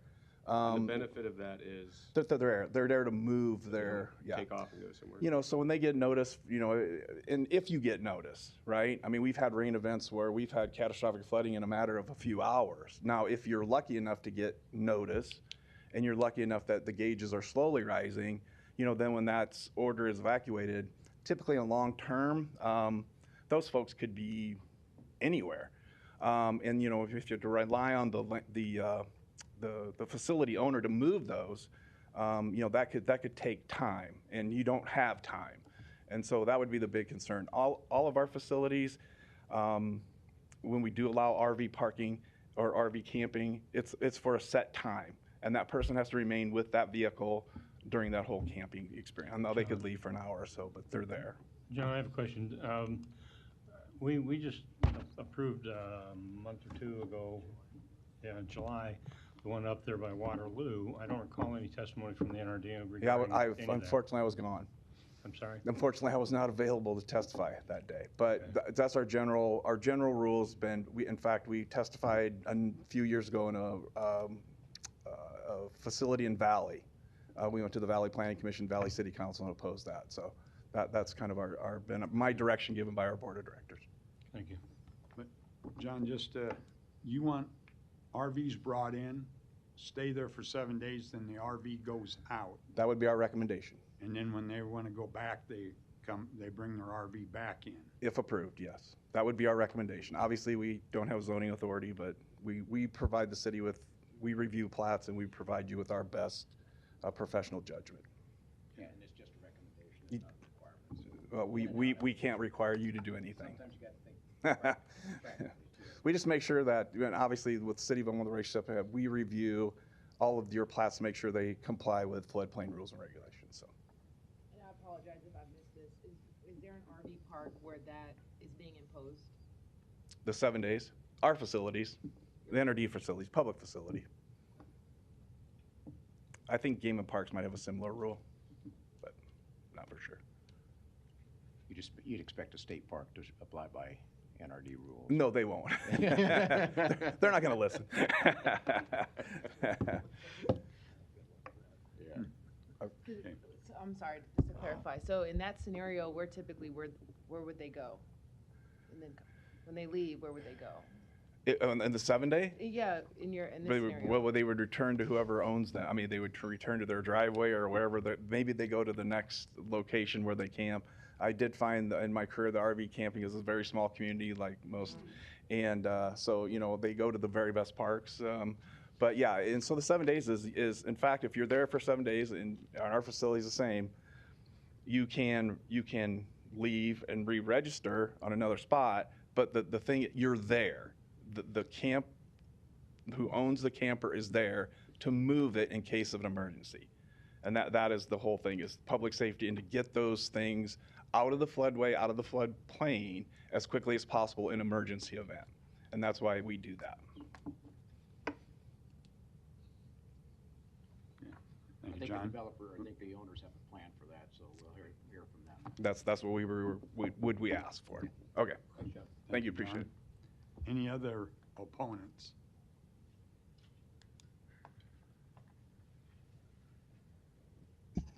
Is it okay to testify in a neutral capacity? Okay, Sure. Douglas County Sheriff Aaron Hansen, 3601 North 156th Street. We're going to be testifying neutral to this development. Obviously, we are very supportive of development, especially in our recreational realm here in Douglas County, especially in unincorporated Douglas County. We have a very vibrant river recreational community. However, we do have some very serious articulable concerns when it comes to the existing highway infrastructure or lack thereof, and what it will result in terms of property damage, collision, personal injury collisions, and potentially fatalities along a stretch of highway that we already are dealing with many challenges. And with that, I'm going to pass it over to Community Action Team Lieutenant Tim Owens, who will go over those details. Good afternoon. Tim Owens, Douglas County Sheriff's Office, 3601 North 156th Street. Besides being the head of the Community Action Team, I also head up our accident investigations team for the last 10 years. As everybody knows, West Center Road is our arterial highway to western Douglas County. It's seen remarkable growth over the past 2 decades that I've worked here, and that increase is continuing. When you visit out there today, you can see that growth is going to continue to some time. There's lots of open farm fields. Sand pits are always available for the nearby lakes. We also have a work group, Highway 275 work group, where we're managing this traffic incidents with the state, other public safety partners. We meet quarterly to manage this growth, to look at it and see how we're going to respond to it. The DOT in the last 3 years has recorded a 13% increase in vehicle traffic west of 204th Street along that West Center Road. It goes down to 264th Street. This 275 corridor feeds West Center Road and then goes north on 240th Street, basically into Valley. That's this area that we're talking about, that's seeing this growth. And we know with an increase of vehicle density, we're going to see accidents. And our data shows that we're seeing an increase in accidents. Over the past 4 years, we've seen a 74% increase on accidents on West Center Road. Last year, we investigated 40 accidents in this corridor from 204th to 264th Street. This year, we've already investigated, I believe, 23. Yes, 23 to date. So looking at this from our point, just looking at this access point on West Center Road, we're dealing with a 2-lane highway speed roadway that's controlled by a stop sign. So we know what's going to cause the accidents. It's going to be your left turn accidents. 33% of all accidents any accidents is usually a failure to lead or left turn accident across the nation. The other one we know is going to be failure to yield. It's going to be those people that misjudge distance or speed coming out of the park at an intersection, which will cause the accident. Those usually are the two things we see with an uncontrolled east-west axis like that. What is the speed limit there? 60, I believe, through there. As you continue, then it turns to 55 or more towards Omaha, but it's 60 out there. Compounding this would be the type of vehicle, correct? You have a towed vehicle, which is typically slower, more of a truck traffic. So that offers concerns because it's slower accelerating, which could lead to, and also with the left turns, an articulated vehicle takes longer to clear the intersection as well. So I guess our conclusions with this, we just want to see the infrastructure support this before we get too far down the road. In the past, we've seen projects that have been very beneficial where we've seen the infrastructure support on the front end, and which hasn't led to accidents, but we've also seen projects where the infrastructure wasn't improved to support the function. We have a venue that is like that, and it's led to an increase in accidents. So on the front end, we'd like to see this addressed to make sure that it works with the state, the engineers, to see if there's a possibility of signals or turn bays or anything like that that would meet the requirements on that, or even preparatory warning signs for the motorists due to this highway speed and this artillery. We'd just like to get out on front of this before we play catch up at on the back end. West Center State Highway? Yeah, it's State Highway 275. So that'd be their responsibility, wouldn't it? It would be. They would handle that. So hopefully that they've been contacted. Engineers have looked at that, the impacts to that as well. That's what we would like to address. And that bridge, that's not wide enough to add a turn lane in the middle or anything, is it? It's just. I'm not an engineer, but I don't. Just knowing that, I doubt you could add a turn lane there. But maybe coming from the east or acceleration lane or something. Yeah, the bridge was relatively recently widened to get shoulders on. Just go ahead. I'm sorry. No, that's all I had. Any other questions would be great. Well, the only problem is what John with NRD's proposing is going to create more RV traffic rather than what you want to propose. So. Well, I don't want to limit traffic. I just want to make sure we're looking at that. We have the infrastructure to support whichever way you go. Yeah, that's fine. I just want to make sure the roadways support that, so we don't have an increase in accidents just because of the infrastructure layout in that area. Okay. Thank you, Tim. I'll summarize. Again, Sheriff Aaron Hansen, I'll summarize. Look, we support development. We support recreational development. This infrastructure is not ready for this yet, in my opinion. If you approve this, you are going to see more accidents. You are going to see more personal injury collisions. We're probably going to see more fatalities along that stretch. I wish the infrastructure was ready for this type of a development. It's not, but you have tough choices to make. We just need you to have eyes wide open before you make those tough choices. Thank you. Any other opponents wishing to speak?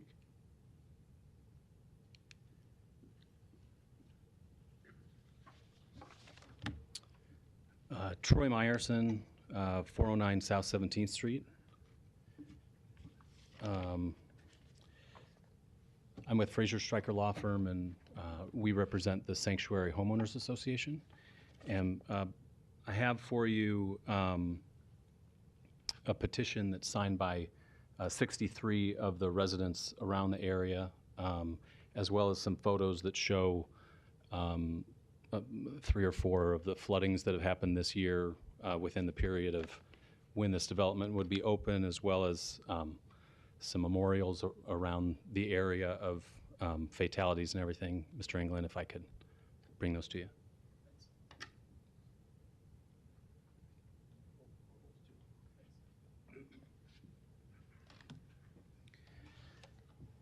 So I know at the earlier meeting that you had at 10:30, as well as Mr. Peterson's discussions, he's talked about the Sanctuary Homeowners Association and opposition to the development.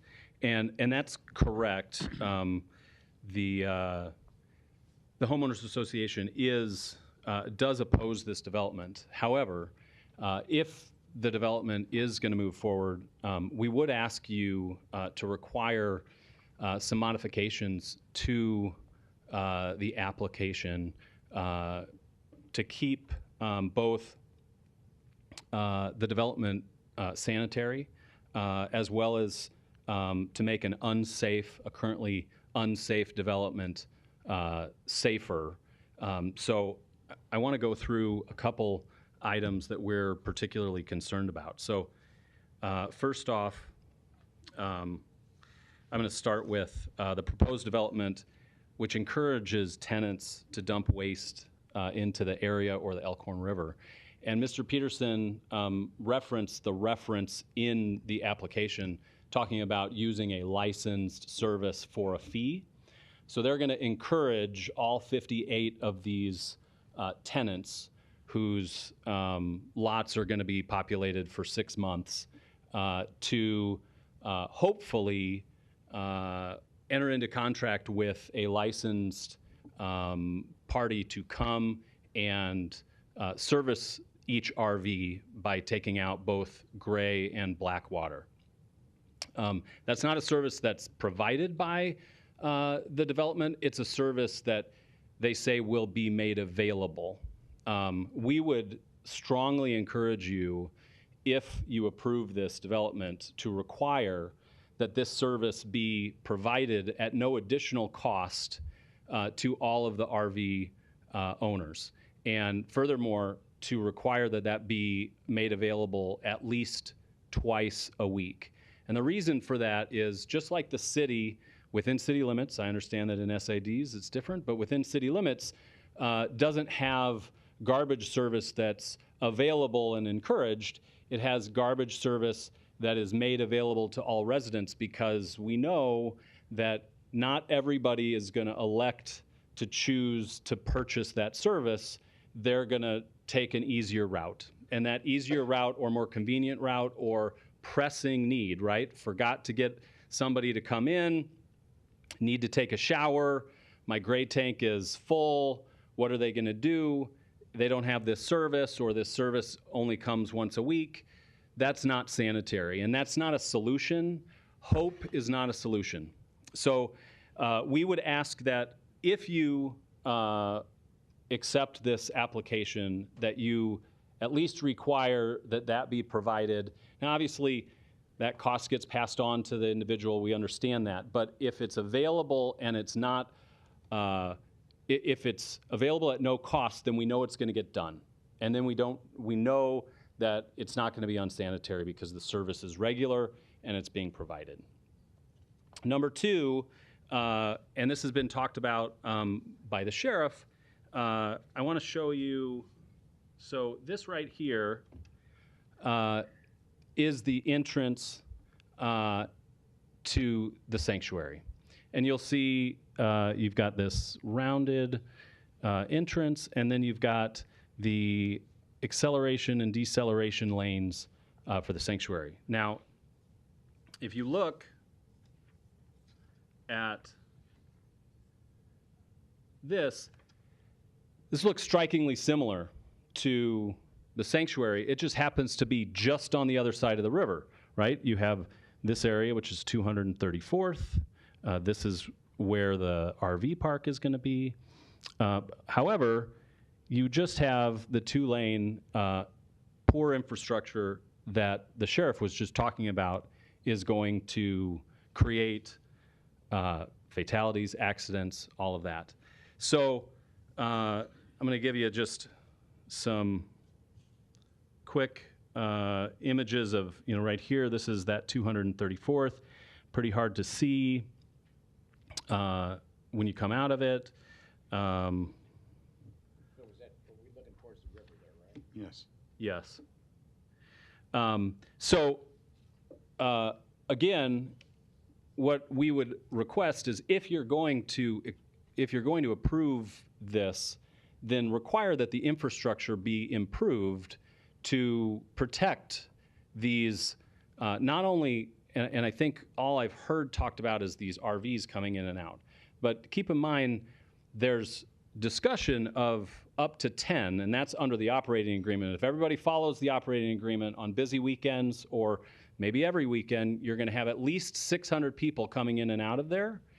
And that's if everybody follows that rule.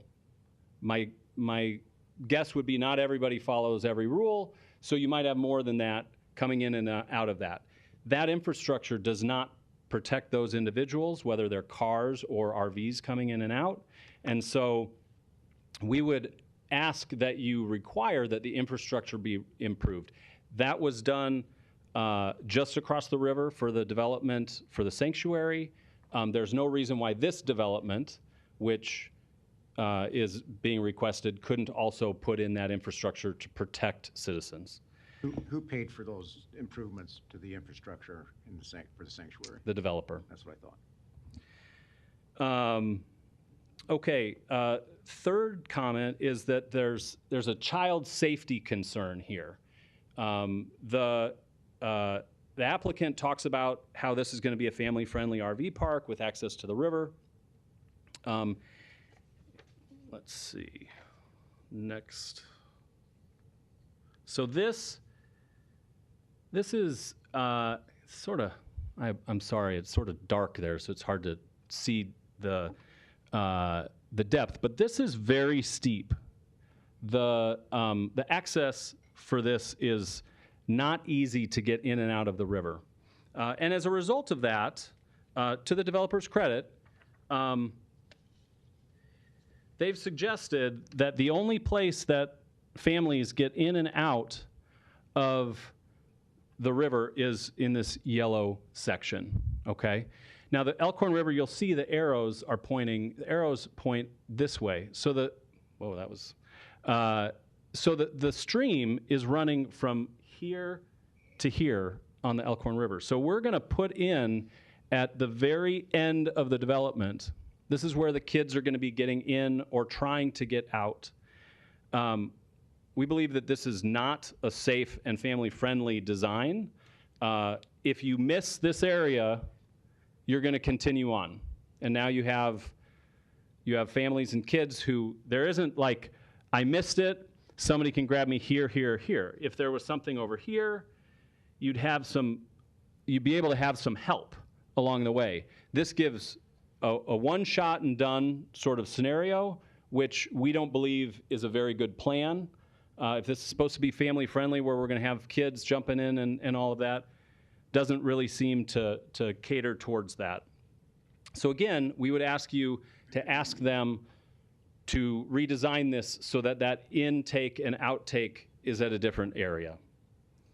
And lastly, Mr. Winkler from the NRD talked about his concerns about the length of stay, right? And there was some back and forth. So really what this is, what they're proposing is almost like a 6-month second home, right? I could be from Columbus, I could be from Fremont, I could be from Norfolk. I leave my RV parked here for 6 months, and when it's convenient, I come in and out, right? I come in and out in my car, I don't come in and out with my RV, but the administration or the action plan is designed for an immediate removal if there's, like Mr. Winkler said, there's oftentimes very little time to react in case of a flood. This action plan is not protecting against those RVs being washed away and floating down the river. Just like Mr. Winkler suggested, this plan should, the tendency, if it were shorter, like the NRD suggests, 7 days or less, then people would stay with their RVs. They wouldn't leave their RVs. And when they leave, they would take their RVs. They wouldn't go home to Columbus or go home to Sioux City or even, La Vista. It's still an hour and a half away, and you're asking people to come back in inclement weather, dangerous weather, to come get their RV and take it away. That's not a good plan. This plan also does not talk in any regard about tornadoes. And we know, we just went through pretty serious tornado, and there are no permanent shelters, which aren't allowed in a floodway. That's why this maybe isn't the best idea for a floodway. But there's no accountability for what happens in the event of a tornado. There's also discussion that they're going to, and jumping back to the flood situation, they're going to remove 20, 30, 40, 50 RVs. If they don't get removed in that hour or hour and a half, it's unrealistic. I'm not really sure how they think that they're going to remove all of these RVs that are potentially there for 6 months. Some people will be there, but if it's a 6-month tenancy, it's really guaranteed that there will be a meaningful number, if not more than, I'll just say a meaningful number. You can guess how many you think that will be, who aren't going to be there, and there's not a realistic way that this owner is going to be able to remove those RVs. So if you approve this, which again we would suggest that it's not a good plan and that you shouldn't approve it, but if you approve it, then we would ask that you support Mr. Winkler's recommendation that the tenancies be 7 days or less. That will require that people stay with their RVs. And then I would also ask you to require, before you approve it, that there be a reasonable plan for in the event of a tornado.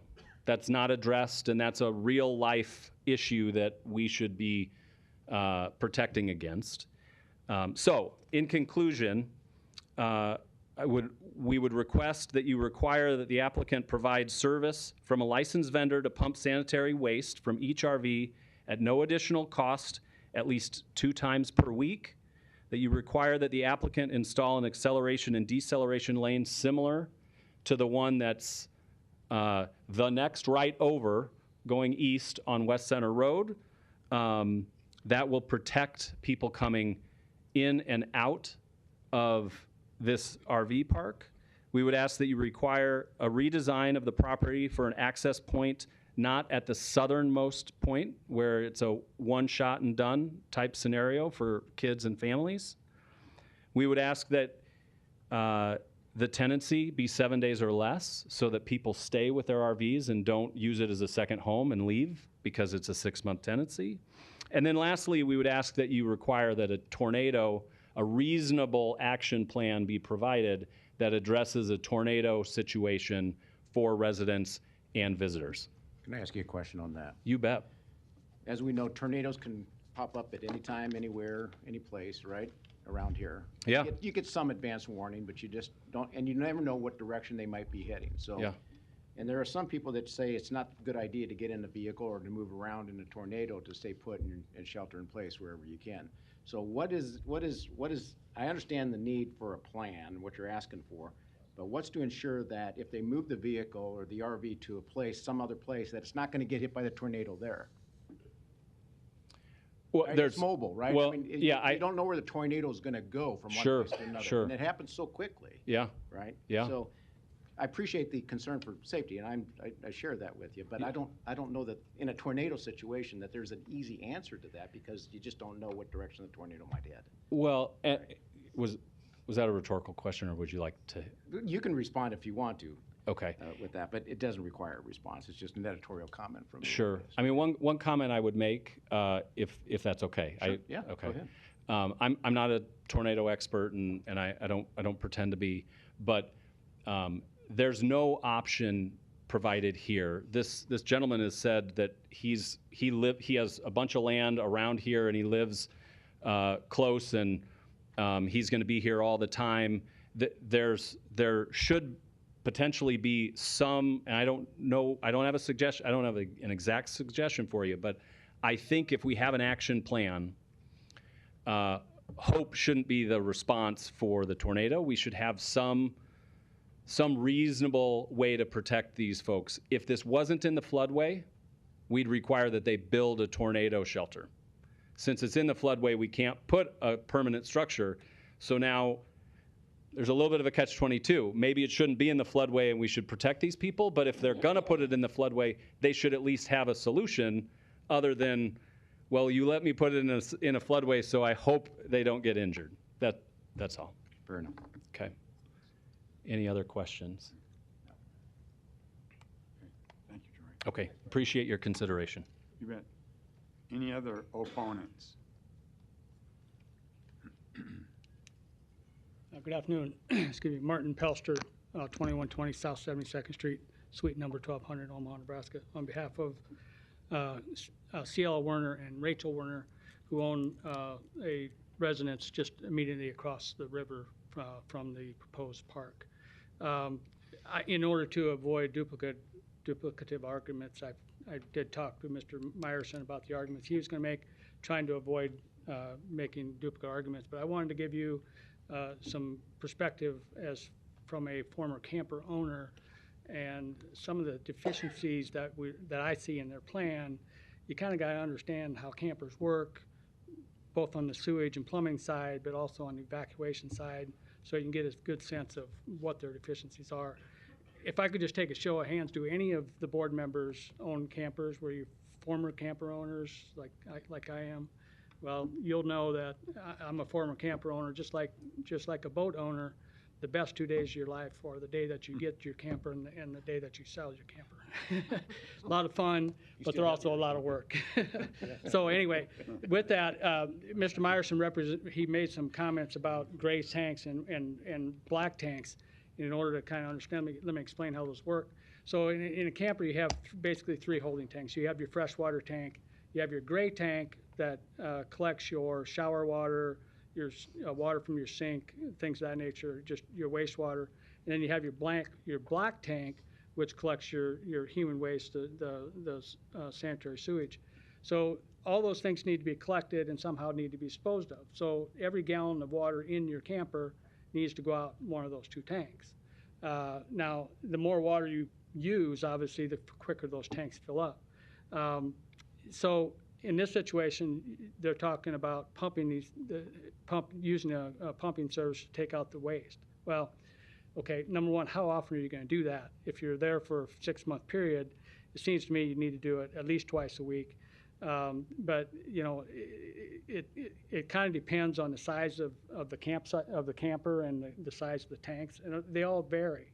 Now, the plan that they propose doesn't specify how often they're going to do that, and they talk about you know, providing a pump that the resident or the owner of the camper is going to have to do the pumping. That is not a workable situation because you have very inconsistent results on that, and they're not always going to empty their campers. So a lot of campsites, when you bring your camper in, what you fill up with water, and then when you take your sewage out, but they provide pumping stations or dumping stations when you leave. And then the owner is responsible for the sewage and getting that sewage out of there. So what I'm suggesting is that what I've seen in my experience in the 15 years I own a camper is that when they don't provide, most camping sites will provide showers, okay, so that you don't have to use the water in your camper and take showers. You're always trying to conserve water when you're in your camper because you don't want to have to move that camper in order to dump it. So when a normal campsite, a state campsite, typically what you do is come in and you fill up your tanks, and your black and gray tanks are empty, and you use water sparingly. You use the showers that they provide, and typically you're going to have to empty those tanks every few days, even with the limited water that you use. And particularly if you're going to use showers, you're going to be using a lot of water. Your gray tank is going to fill up quickly, a lot quicker than your black tank. And you're going to be needing to empty those tanks on a very, very regular basis. And so it behooves you to make sure that you have adequate pumping services or adequate means of getting rid of that waste.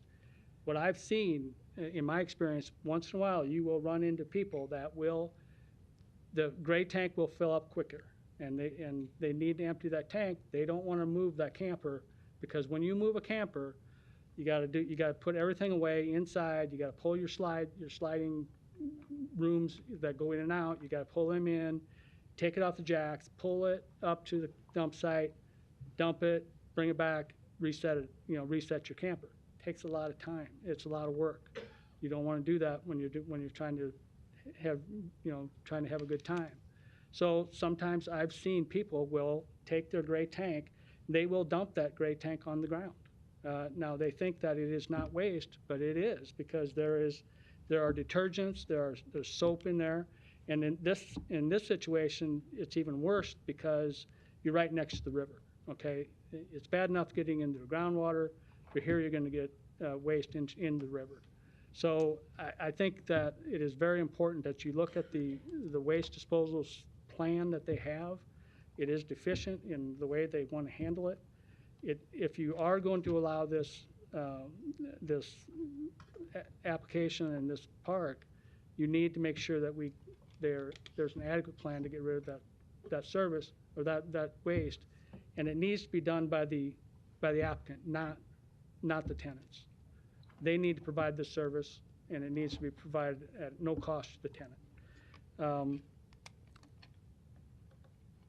The other issue that, by the way, I did contact one of the previous applications. I think it was the April rec report contained some information about what pumping service they were going to use for this project. They identified Two Rivers Pumping Service. I contacted Two Rivers Pumping Service, talked to a representative there.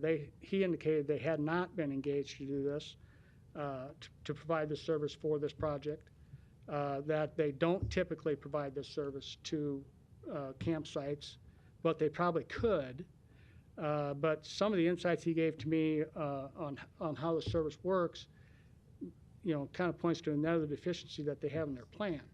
So this guy told me that they vacuum when they do this, they vacuum the systems out. So they hook a hose up and they suck it out of the gray and black tanks. What he runs into there is if the owner of the camper is not present, they don't know if the owner of the camper has properly vented the system, meaning that they could be sucking things out. If the vents are not open, then they could collapse those tanks. So from a timing standpoint of when the pumping service comes through, they want the people to be there because they want to know that they're not going to collapse those tanks. I don't think that the applicant has really thought that through and how they're going to do that, but I don't think the service or the plan that they have is workable because of that problem. The other issue is, now, I don't think, it's my suggestion that you don't approve this project at all. But like Mr. Myerson said, if you're going to do it, then it should be on a limited basis, and I join in all those arguments. Mr. Winkler made and the sheriff made compelling arguments not to allow this project at all. But if you're going to allow it on a limited basis, like a 7-day basis, the owner still has to have a plan of what these people are going to do with their waste. When they pull that camper out of the site, where are they going to go with it? There's no, when you pull your camper out of a state park or NRD park or any other campsite, they provide dump sites for those campers. So you can leave that, dump your waste, go home, and you're fine. In this situation, if you're going to have a 7-day stay, where are they going to take their waste? You're going to find a lot of people might just be going down the gravel road and trying to dump this in the ditch. Martin? Even with a 7-day stay, you still have to have a plan. Martin, I'm going to cut you off unless you got some new information for us, because everybody's kind of gone over that. I just got one other issue. Okay. With respect to the evacuation plan, one thing that they don't address is how are they going to get access to the campers. These campers, you don't just back up to them and hook them onto a truck and take them out. They got to have access to the inside of the camper because they got to pull in all the slides. They got to take their jacks off. All those connections and all those buttons are located inside the campers or inside the storage system. So that is something they haven't thought through in terms of trying to get the campers out. All those arguments about the campers not being present are valid arguments and compelling arguments. This is one they haven't really thought through, that how are they gonna get access to these campers, how are they gonna move them? I would submit to you that they will not get to, they'll be locked up, so they won't be able to use them. But anyway, I would request that you, on behalf of my clients, request that you deny the application. If you are going to allow, definitely need to be working on some of the evacuation plans or sewage treatment plans, sewage waste disposal plans, and allow it only on one case. Thank you. Thank you. Any other opponents? Okay, seeing none, I'm going to close the public hearing. Bob, did you want to come up and address quite a few issues here?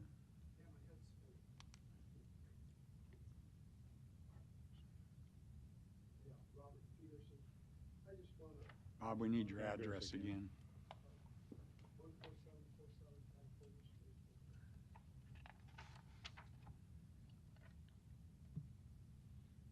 The safety issue regarding the turn-in off of West Center Road, obviously, we don't have any control. That's a state highway.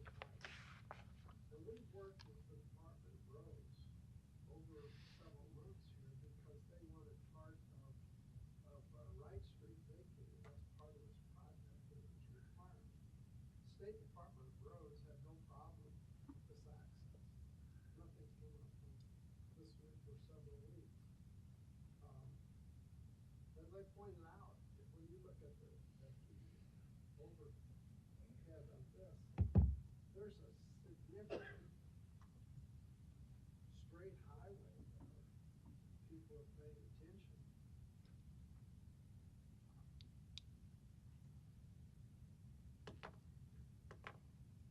I mean, they can see this intersection. It's not like Sanctuary where you're coming downhill and you're going around a curve. You don't have that kind of vision. I think if this is an issue, we'd have heard it with the Department of Roads when we were working with them. And as far as the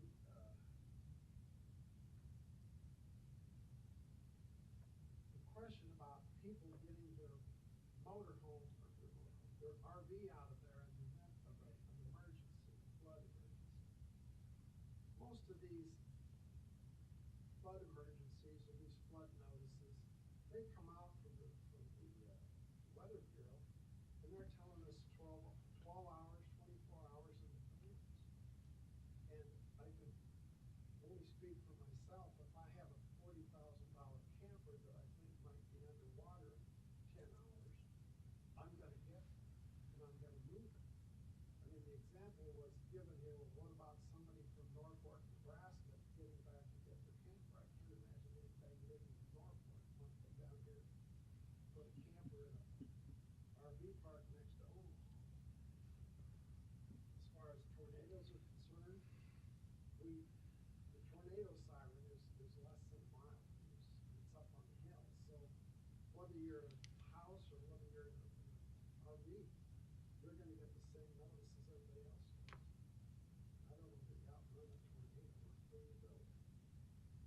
And I've heard two things that I think are so inconsistent. On the one hand, they're concerned about traffic in and out. And on the other hand, they're saying spend 7 days, take your camper out, and then come back. I mean, that's certainly going to increase traffic out there. It's going to, they're concerned about accidents. That doesn't make any sense.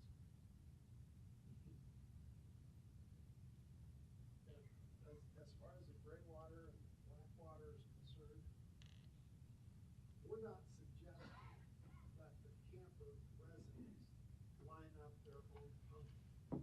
This pumping, as they propose, will be every Monday morning. They don't know how often it's got to be, but they will have a pumper there. The people who get pumped are going to have to pay for it.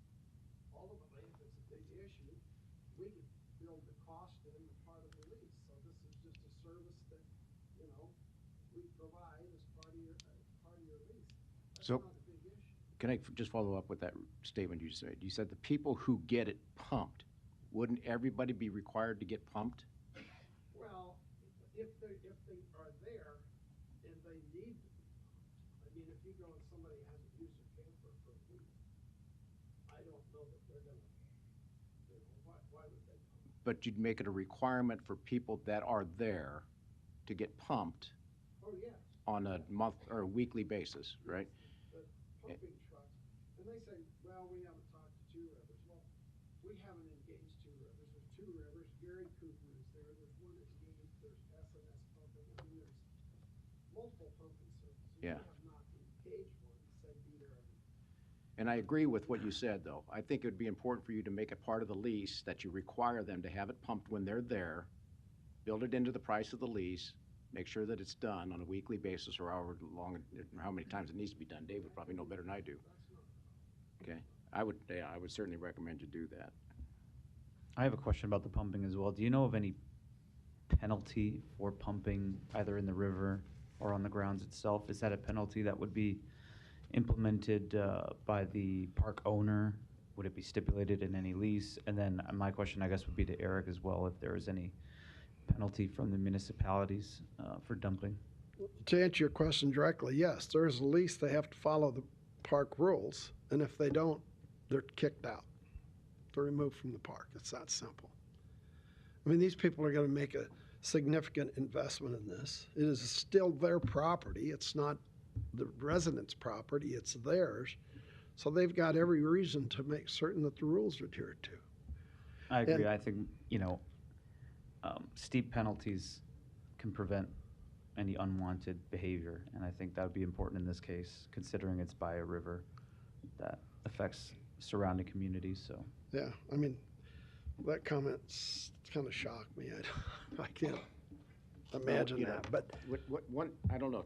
I'm all about privacy, so I'm not sure I believe my own statement that I'm about to make here. But would video surveillance be a possibility too, just in certain areas of the campgrounds, just to make sure that everything is being put up cameras? Yeah. I don't think that's an issue, is In it? a practical sense, you got a bunch of neighbors that are gonna see it, and they aren't gonna want it. Yeah, As long as we're not shooting one through a I don't window. think I'd want it, but Certainly, just trying to think of at the solutions that entrance, might work. at the entrance, we could put one in, and around the restrooms, I presume that would be a.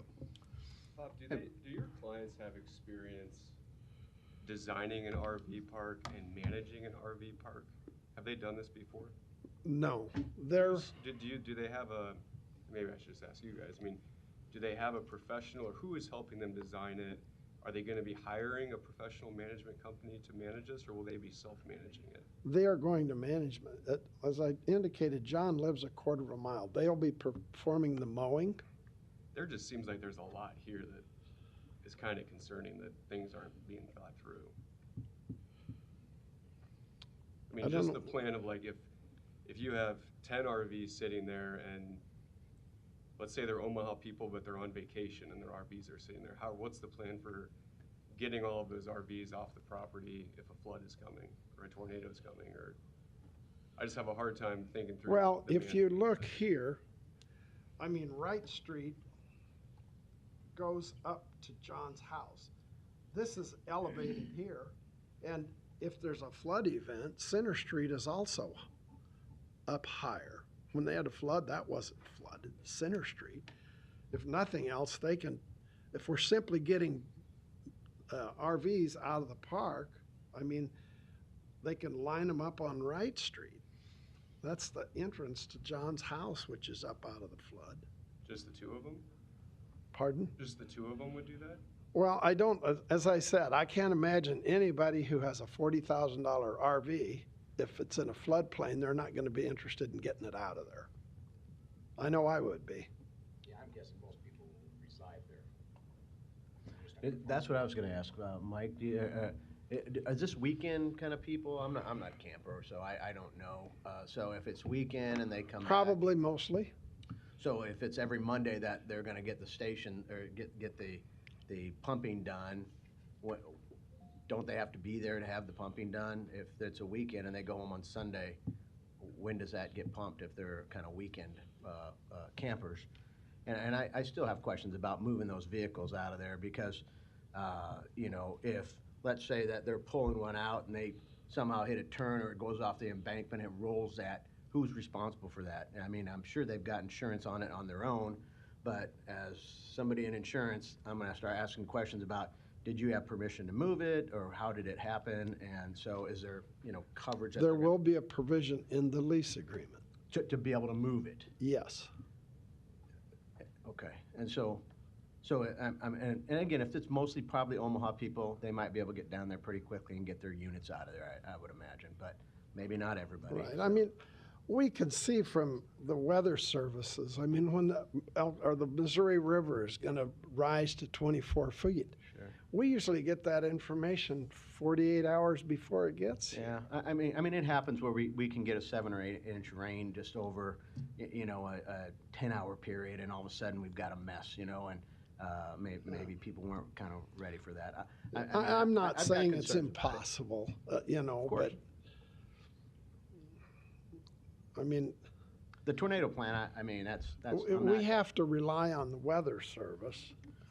Well, we have to rely on weather service, we have to rely on people to come get their units, we have to rely on the applicants to move the units if they're not gonna, come down and get them. And there's a lot of things that we're gonna have to rely on to make sure that these don't wind up in the river. I mean, there's. Well, I don't know, I had some other notes here, but I don't know, there's only so much we can do. We want to have a place where people can go and enjoy Mother Nature. And this is an excellent place for them to do that. I think the intentions are great. I'm very concerned about the overall management of it and the experience of them managing something like this. Well, they've managed their farm fed the animals and raised the flowers and the trees. They've done that for a long time. All I can say is these people, they want to provide a nice park. They want to run it right. They're going to have the right people in it. If they need help, certainly they're not going to let the park and their investment go down the river. They're going to get it. I mean, do they have every single answer here? I don't know. You have a lot of questions that maybe we can't answer. But these people are responsible. They're responsible for their land, and they're good at it. And this is still going to be their land. And I can only imagine they're going to take care of it. Bob, what about, Troy asked about the child safety, the location of the river access. Was that Well, that's to determined be by- coordinated with the Corps of Engineers. They've talked to the Corps of Engineers about that. They're Was the that ones. where they wanted it, was down at the I south think that's end, what or- it's suggested, wasn't it? Yeah, when I had discussions with them, that was, Oh, wait a sec. we may be John, able to- come on up. John, come on up again and then give your name and address again. John Wolford, 23637 Wright Street, Waterloo, Nebraska. So, yeah, I had discussions with the lady from the Corps was out there on the property with me. We picked the spot that we did because it was a good spot along the bank to make such an entrance area. Could something be done on the top end of the park? Possibly. I mean, we just didn't discuss that. Talking about missing their spot to get out of, gosh, the same thing could be said for somebody that's floating down and is going to get out at the NRD there at Dodge Street. If they miss that, well, there's nothing else down below that either. I think those were some kind of far-fetched things. I think that I just, and we're not, we're going to follow the same rules as the NRD. You're not going to be in the river when it's over 5 feet. It's a safety thing, that river is not, they're not going to be out there when it's in a dangerous condition. A lot of these things are just hypotheticals that are, I mean, we have to be ready for everything, yes, but it's just a little too much for me. As far as the flood concerns also, we've talked about, these are high banks. This is a spot on the river that the water isn't out. That's not the first place the water goes out. There's several places up and downstream where the water backs out of the river first, long before it does in this area. That's part of why this area is a good place to have this. This is not like you think about Vincel's Island. It's clear down to the south of us there. It's a pretty low point between the Elkhorn and Platte. They get cut off down there, and it's a long ways out. This is a great reason to have it where we're doing it. It's right next to the highway, easy access, quick out of there, and it is a high spot along the river. It's not inundated with water, very often. As far as during the summertime, really, we don't have that. There, it's been ice jams, so what bring the water up very quickly. A flood event during the June, July period, they are more predictable. That water rises much slower, and yes, there's not a lot of time, but there's enough time to do what we've planned. I appreciate my fellow board members' concern for the management issue. I don't necessarily share that opinion. I think you guys are responsible individuals. I think you know how to manage things, right?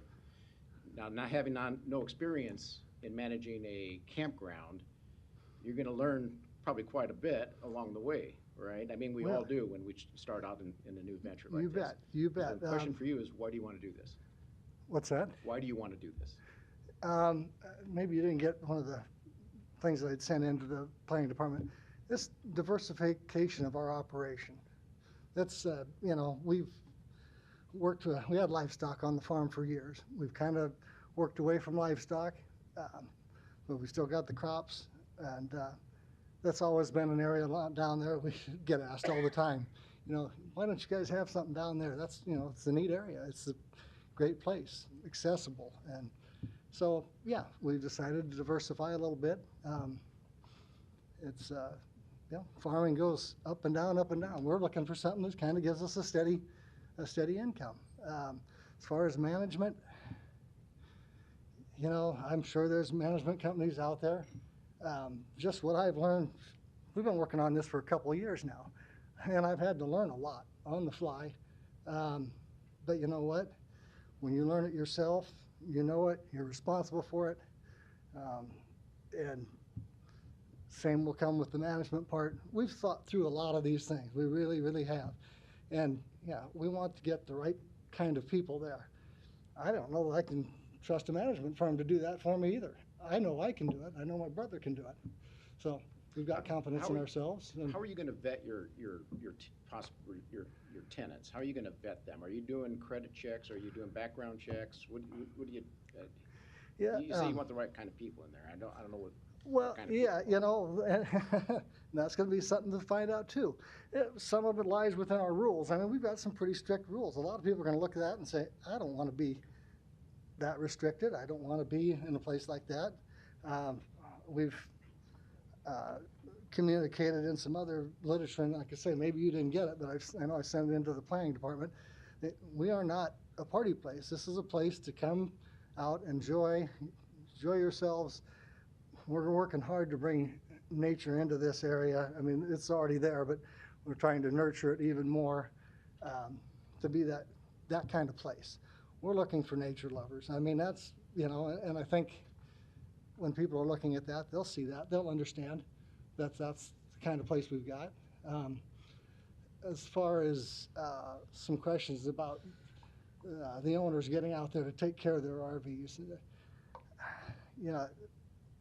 we are pretty sure that most of our owners will be from the Omaha area. It's, like I say, it's a great quick shot out there. They can enjoy it.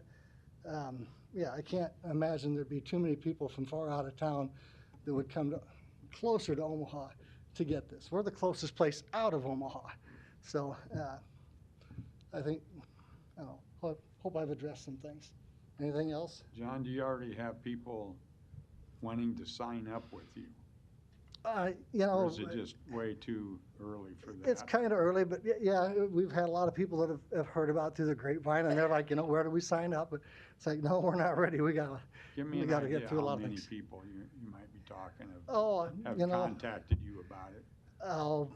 Over the last couple of years, probably 20. Oh, yeah. So, and that's without any advertising or that's just word of mouth. So. I have no doubt that there's a need for it. I mean, you look at Cunningham Lake, it's leased out all the time. What's your opinion on the question about 7-day leases versus, Yeah, just wondering what your thoughts are. we kind of got bushwhacked by that one. I've been in touch with some other people at the NRD and never heard anything about this. You guys approved another campground 2 months ago. You didn't hear anything about it. He said that he wasn't in town that time, but he could have sent out the information. I'm kind of flabbergasted by that. I get where they're, I guess, their safety's on the top of their mind, but I mean, we look up and down the Elkhorn and Platte Rivers, this has been done over and over again. And That's a totally different. we're bearing a little. Yeah. It's like a campground. Was more interested just on your opinion of it, but. I don't think it's necessary. Yeah, I think it's overkill, and like I say, it adds to the safety problems with the roads and stuff. It's not that's not the population we're trying to reach. So, yeah. Just one other thing that we're kind of getting thrown on our backs is what has gone on in other places along the river. The rules have been in place for years. No additions, nothing added on, nothing that can float away. But unfortunately, between the NRD or the county, whoever, they have not kept up on those, and the owners too. They have not forced those issues to be taken care of.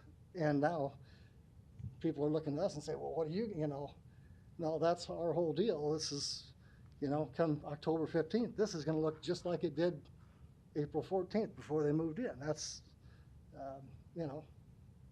that's just the way it's going to be, and it's going to be part of our conditional use permit. Yeah. So there's really shouldn't be any argument or thought about it. So, yeah. Any Okay. additional Thank you. questions? Nope. No. All right. Thank Thanks, you. guys. Do you have anything else? Thanks, Robert. I don't think so, Bob. Thank you. Before we hear from Eric, any additional comments, questions? The only comment I'll make is that just and I know you guys know this, you were here, but we approved a very similar project to this 2 months ago. And, if we decide to either delay it or decline it, it'd be inconsistent with what we did 2 months ago, because it's a very, very similar project. So I just bring that up just for point of reference. My question, so I voiced my concerns, but one of these approvals is a conditional use permit. So down the line, if there are issues, we have that to hold over the applicants, correct?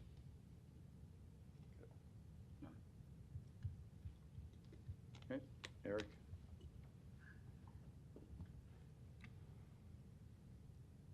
Okay. Obviously, there's a lot there. I'll touch on a few items. We can definitely bring Public Works up to speak for the traffic and access to and from the site. Obviously, we discussed some of that in the pre-meeting. When we receive planning board applications, we have a DRC, it's Development Review Committee. There's probably 25 to 30 agencies, organizations that receive all of our planning board cases. And a couple of those today testified, Douglas County Sheriff's Office and the NRD, but the school districts, you know how this works. But we did not receive comments, and they are recipients of the information from Nebraska Department of Transportation, Douglas County Engineers Office. Obviously, Douglas County Engineers Office did have a few comments, but nothing related to providing infrastructure, decel lanes, things like that. So there was just a few comments about, coordinating access, permitting, things like that. So, I'll defer to Public Works regarding any questions about that, but I just wanted to point that out. As far as storm shelters,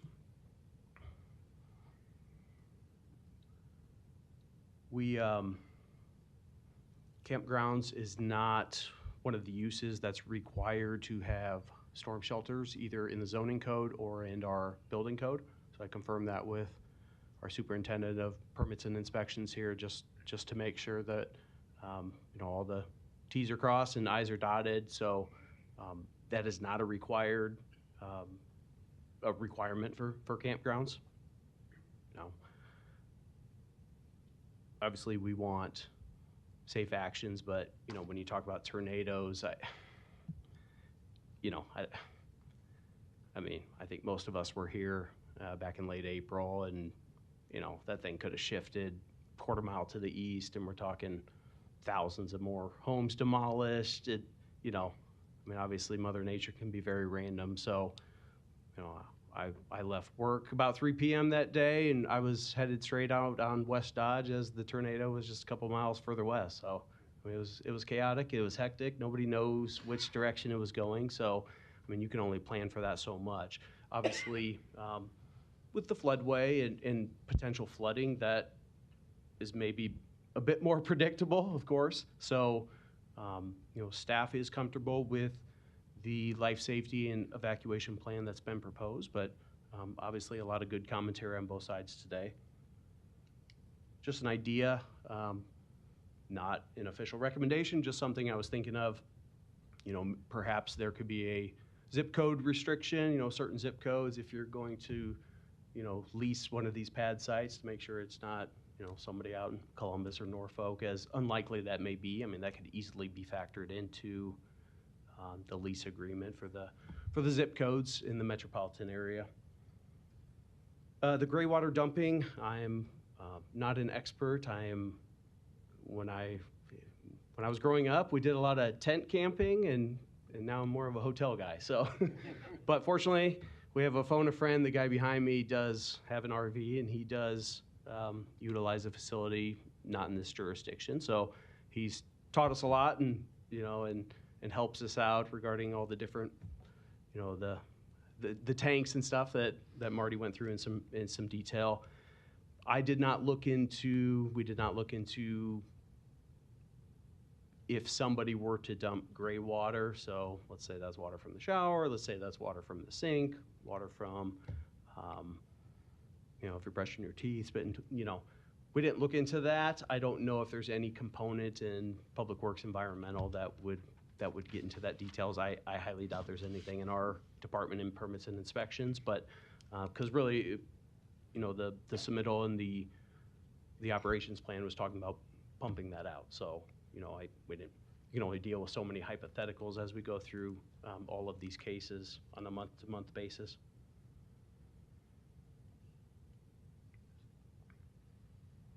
We would be fine with the quiet hour starting at going to 7 a.m. rather than 8 a.m. That's kind of consistent with the zoning code, the section that we have on sound and things like that. But obviously it should be clarified and incorporated in, but I jotted that down.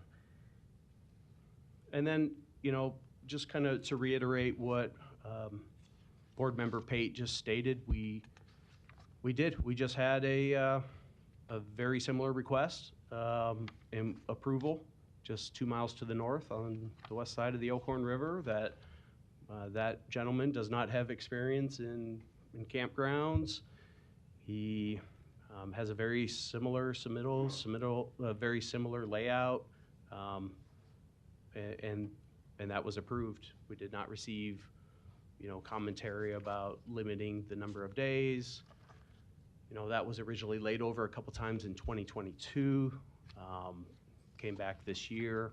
This one obviously was laid over twice earlier this year, and this is the first time that we had received that comment. So, I mean, I think it's something to consider and have conversations with the NRD and our partners there, but we didn't think it was fair to change our recommendation at this late juncture. So I guess that's what I have right now. Do you have questions for me? Do you want to get into specifics on the two different cases? Do you want to speak to Public Works? You were going to address the ADA bathroom.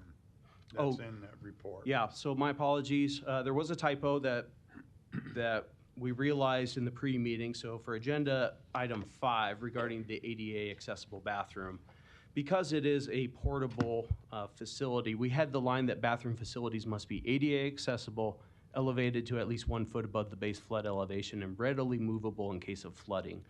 The portion of elevated at least 1 foot above the base flood elevation should not have been included.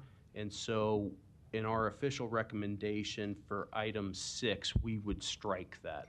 That would be a requirement if it was a permanent facility, typically what you would see in the flood fringe elevation. But because this is a removable restroom facility, that should not be included. So number six, when we get to the recommendation, we would strike the segment elevated at least 1 foot above the base flood elevation. We would strike that. So yeah, thank you for reminding me. 12 recommendations, right? That's on agenda number 5. Yep, yep.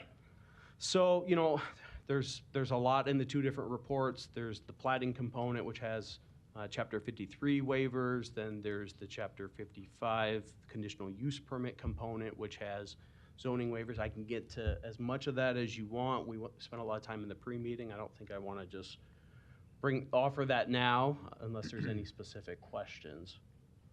No, can I bring up Public Works though? Sure. Just for the record, I'd like Public Works just to talk about the concerns with regards to the traffic.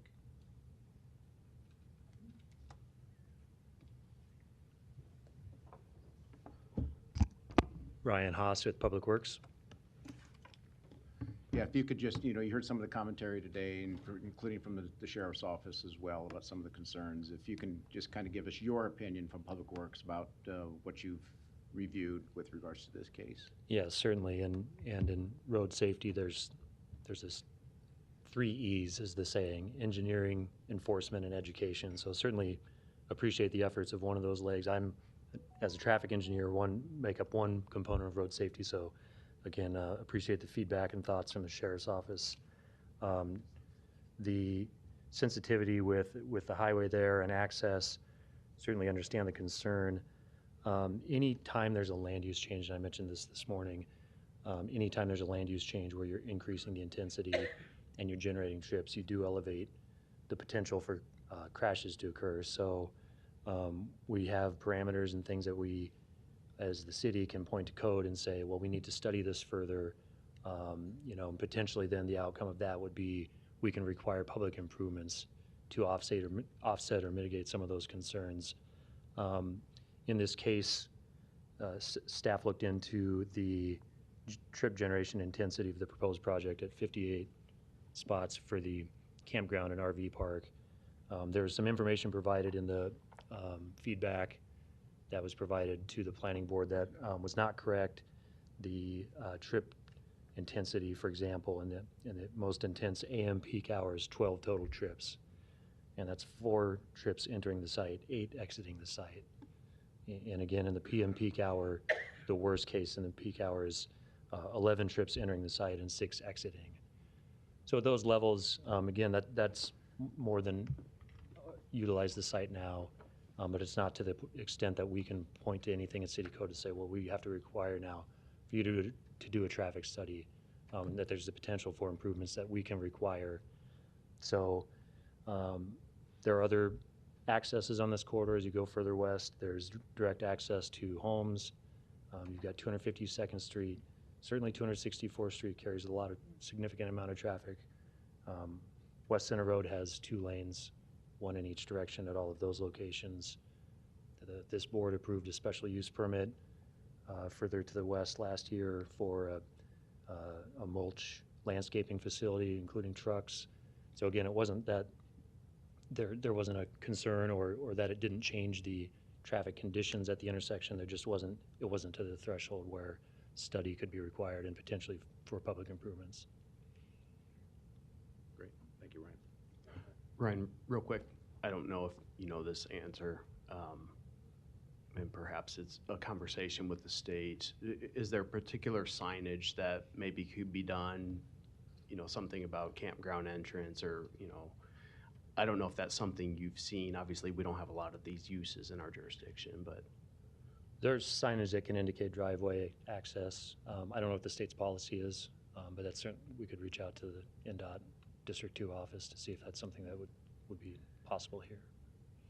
I think that's a good recommendation, actually, just to ask the state for that.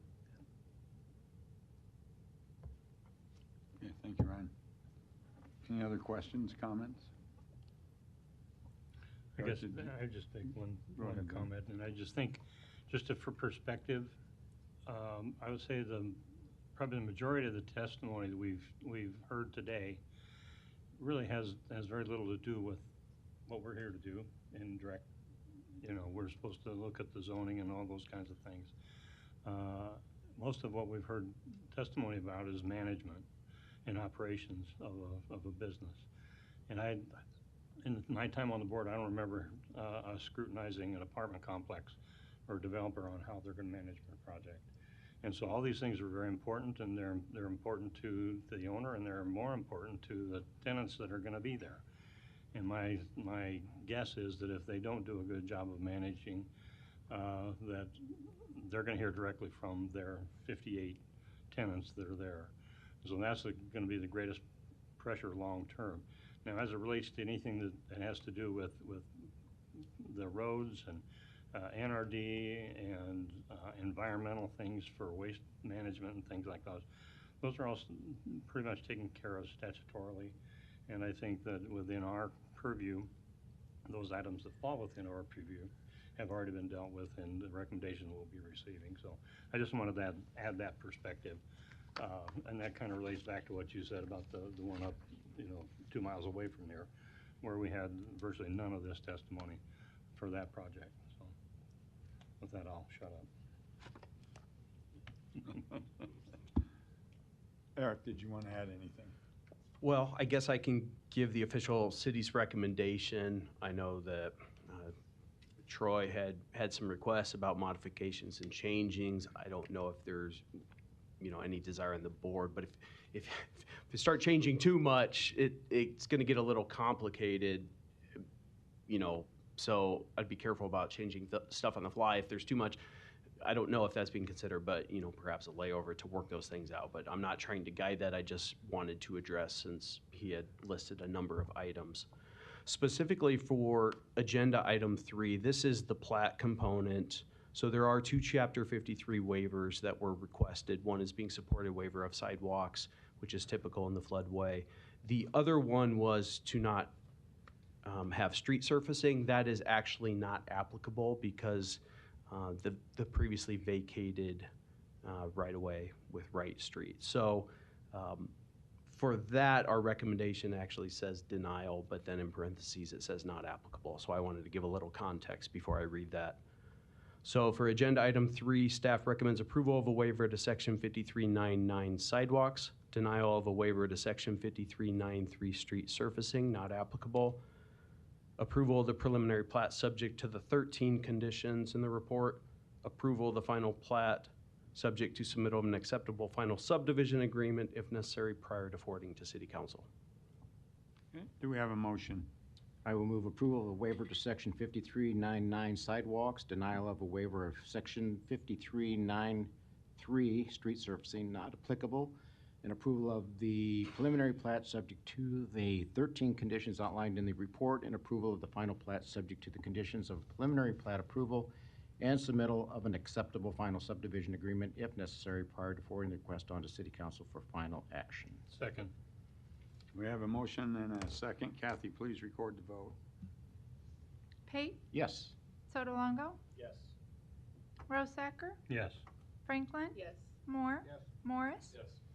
Mr. Chair, Yes. approved 7-0.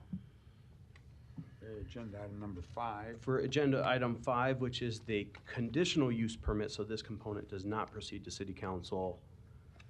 This is for the campground. I will read specifically number 6, but as I previously mentioned, we're going to modify that because of the air, unfortunately. Sorry, that was included. Staff recommends approval of the conditional use permit to allow a campground in the Ag District, subject to the 12 conditions listed in the report, with the number 6 specifically reading as bathroom facilities must be ADA accessible and readily movable in case of flooding. You can always make a motion as recommended by city staff, so you don't have to repeat So it. your recommendation is not to include item number 6? No. No, just. No, it's to modify number 6 to read bathroom facilities must be ADA accessible and readily movable in case of flooding. Okay. All right. Do we have a motion? I'll make an approval of the conditional use permit to allow a campground in the AG district subject to the conditions outlined in the report as stated by the city planning department. Okay, we have a motion and a second. Kathy, please record the vote. Before we vote, Jen, are you comfortable how Mr. Pate made that recommendation? Yes. Thank you.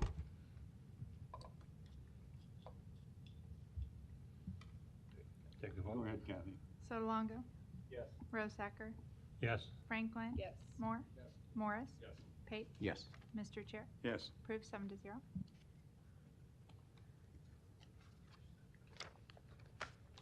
Okay, agenda item number 7 and 19 we'll take together. Agenda item number 7, case C3-24-209, applicant, Hoppy Development, request approval amendment to the future land use element of the city's master plan from office commercial, high-density residential, and low-density residential to high-density residential. Location, south of 18th Street and Willis Avenue.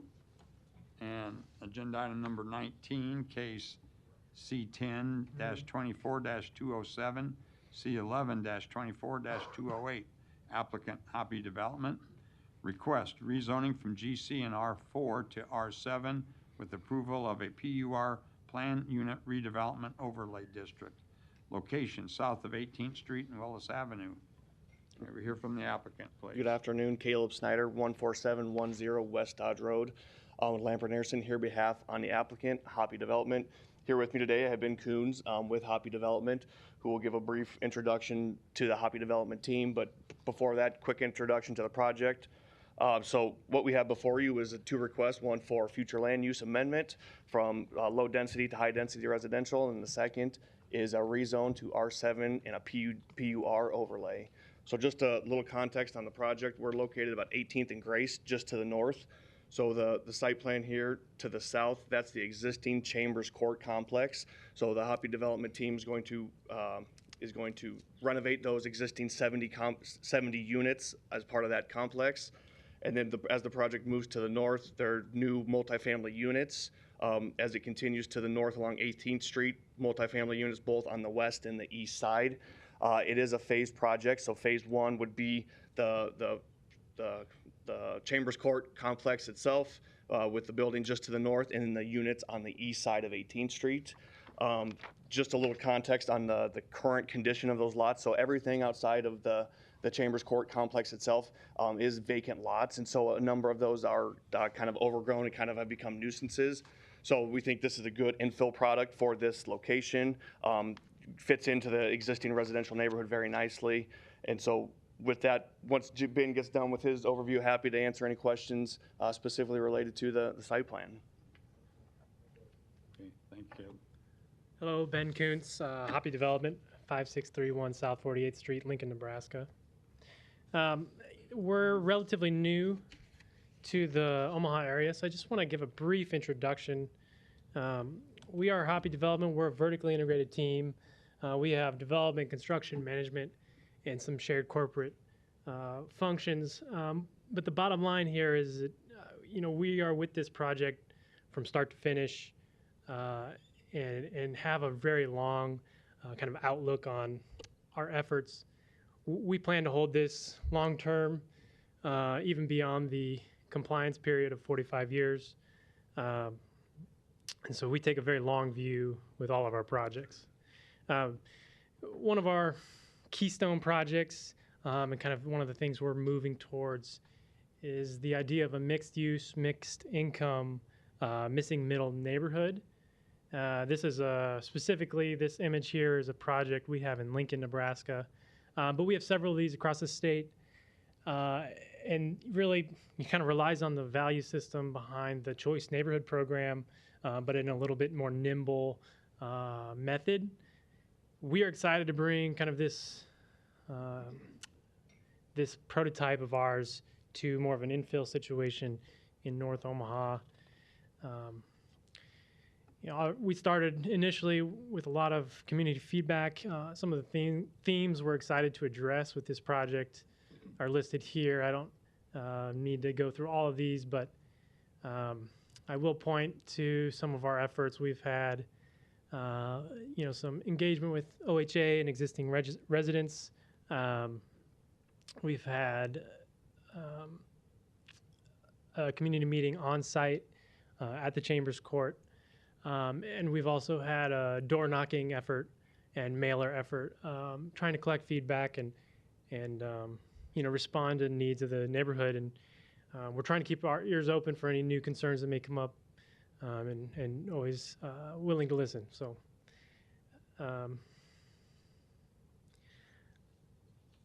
Just a real quick history on this. So, as Caleb mentioned, this has a few parts to it, but generally speaking, the Chambers Court property, which is owned by the Omaha Housing Authority, does not operate very efficiently for them. And so really this, for us, represents an opportunity to bring in some new efficiency by building some new units adjacent to this and incorporating it into one management footprint, and kind of spreading that management cost across more units, making it more viable long term, as well as the opportunity to bring some new resources to the project, bring some needed updates, a lot of things that we've heard from the existing residents. And lastly, really working to find a pathway for existing residents to stay in their residence if they choose.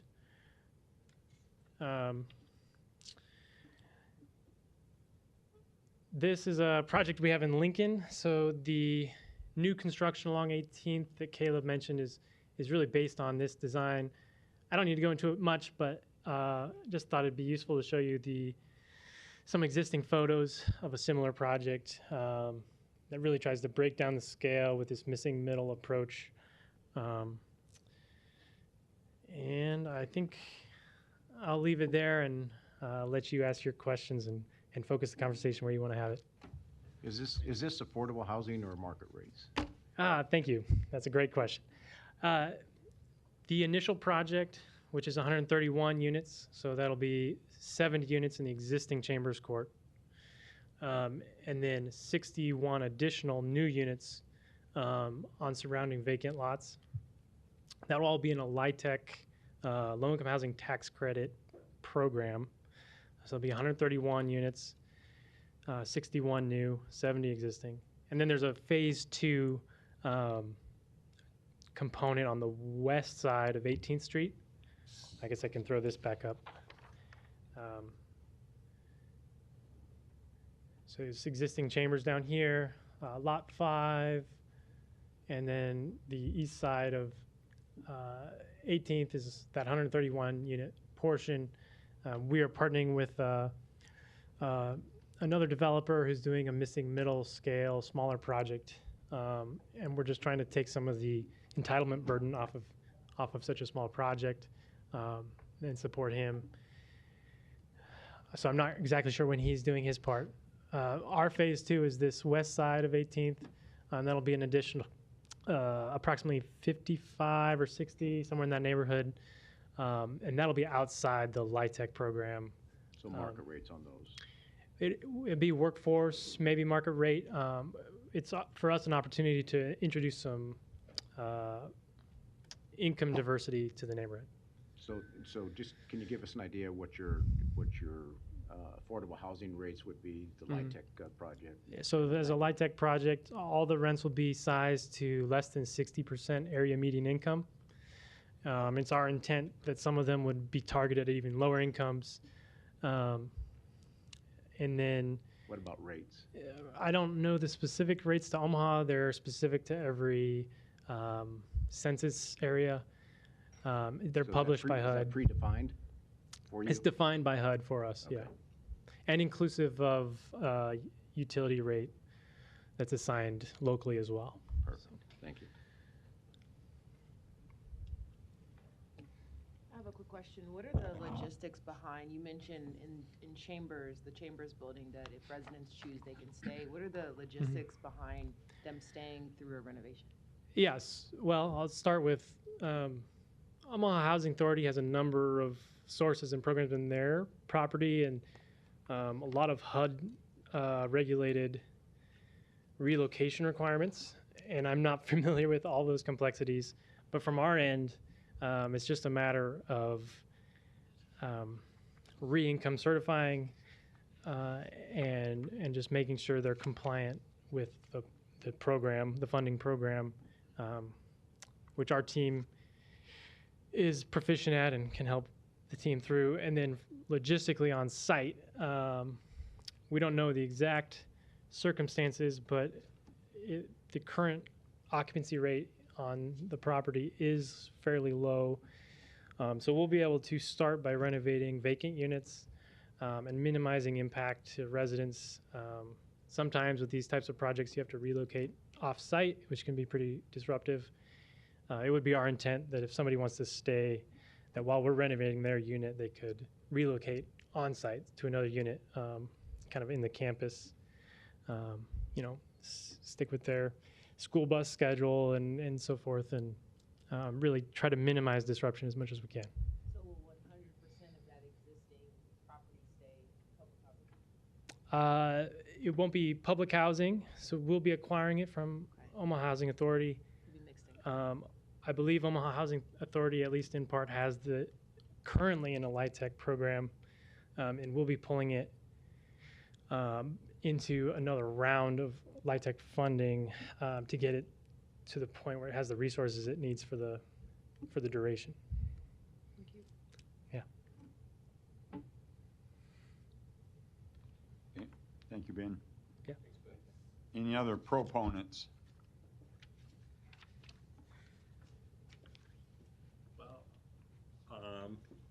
Lucas Thode, 3727 North 108th, speaking in support with a few questions and suggestions. Glad the Lot 7 question got answered. That was one I was going to bring up because it got brought up in the Planning Department report as well.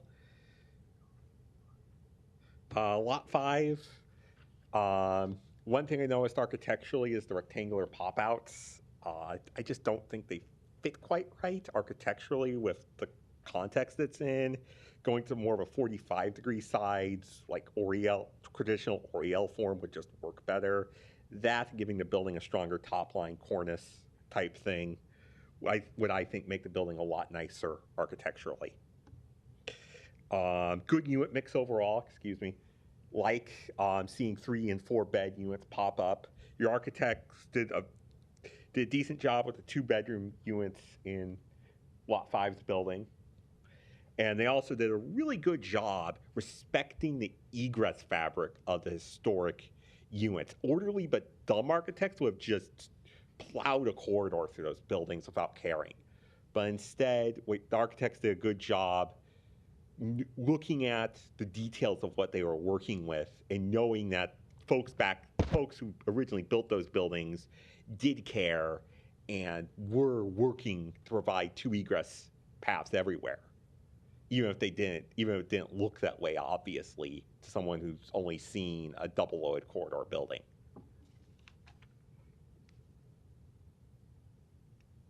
And I think that's about it. Thanks, Lucas. Okay, thank you, Luca. Any other proponents? Seeing none, are there any opponents? Seeing none, I'll close the public hearing. Additional comments, questions from the board? Eric?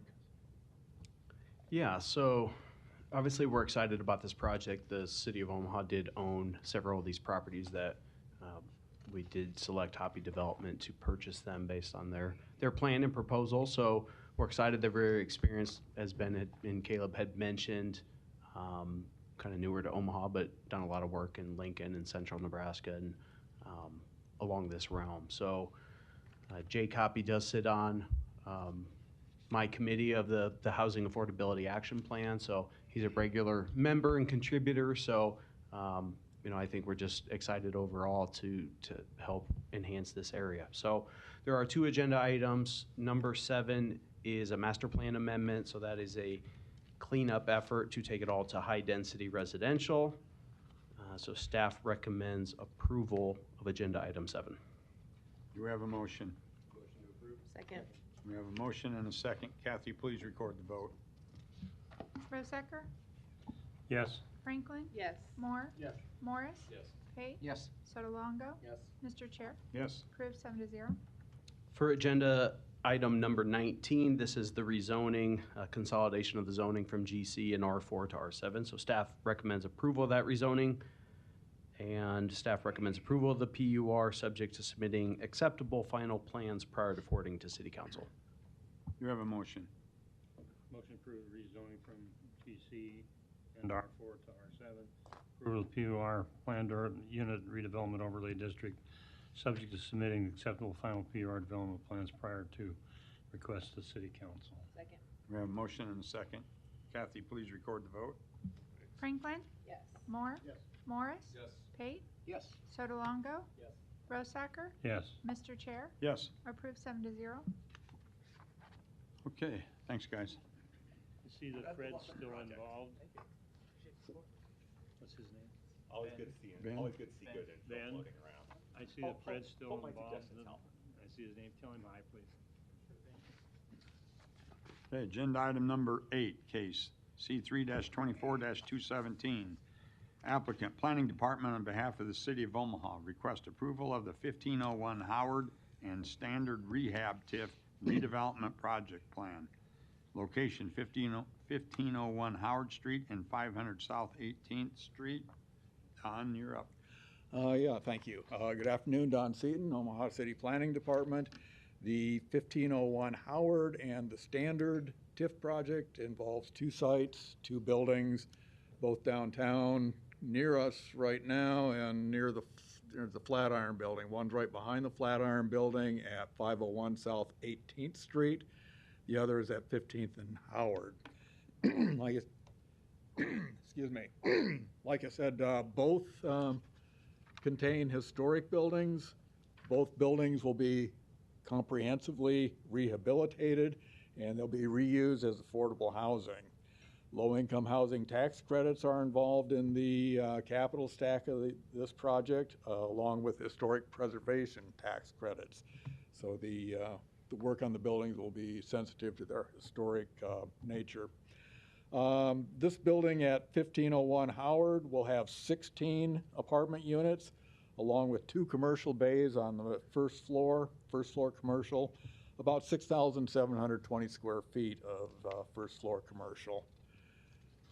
The other building is the Standard, and that one will have 40 apartment units and about 3,700 square feet of main floor, first floor commercial.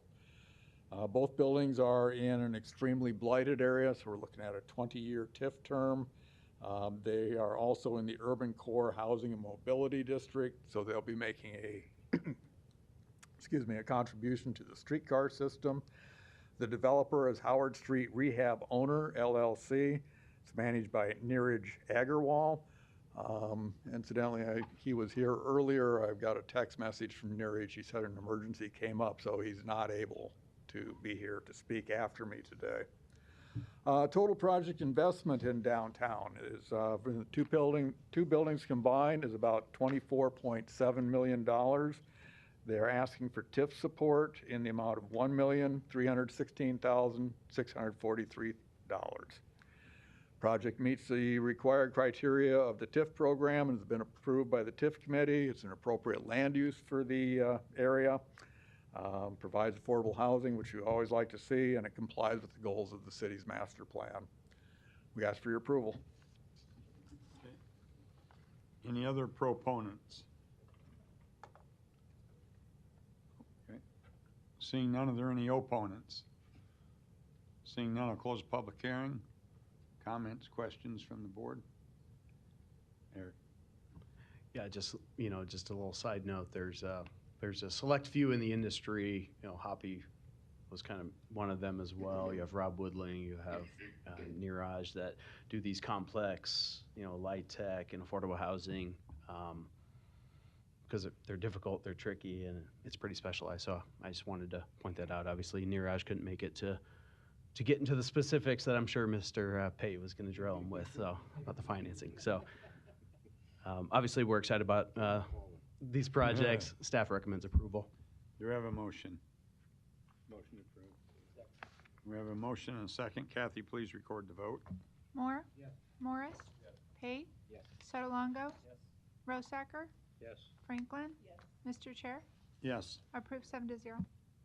Agenda item number 9, case C3-24-218. Applicant, Planning Department on behalf of the City of Omaha, request approval of the Frame Apartments and Millwork Hotel TIF redevelopment project plan. Location, northwest and southeast of 13th and Nicholas. And you're up, Don.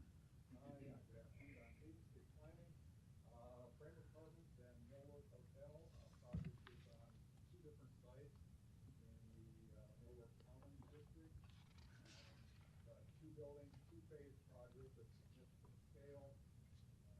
The Miller Commons area district is transforming fairly rapidly. These two buildings in this two-phase project will certainly add to that. One of the sites is the apartment, that's a vacant property here. And then the other is a rehab of the existing storage building. It'll be for a hotel.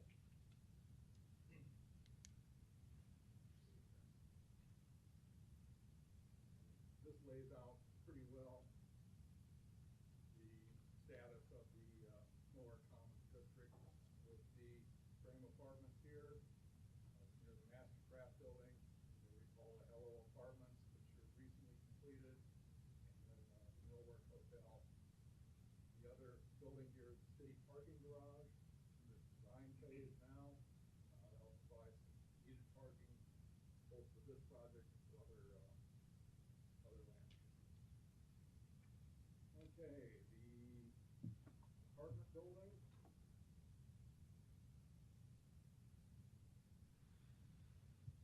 It's a 5-story building with 149 market rate units, about 10,500 square feet. First floor commercial space. That goes on that vacant site.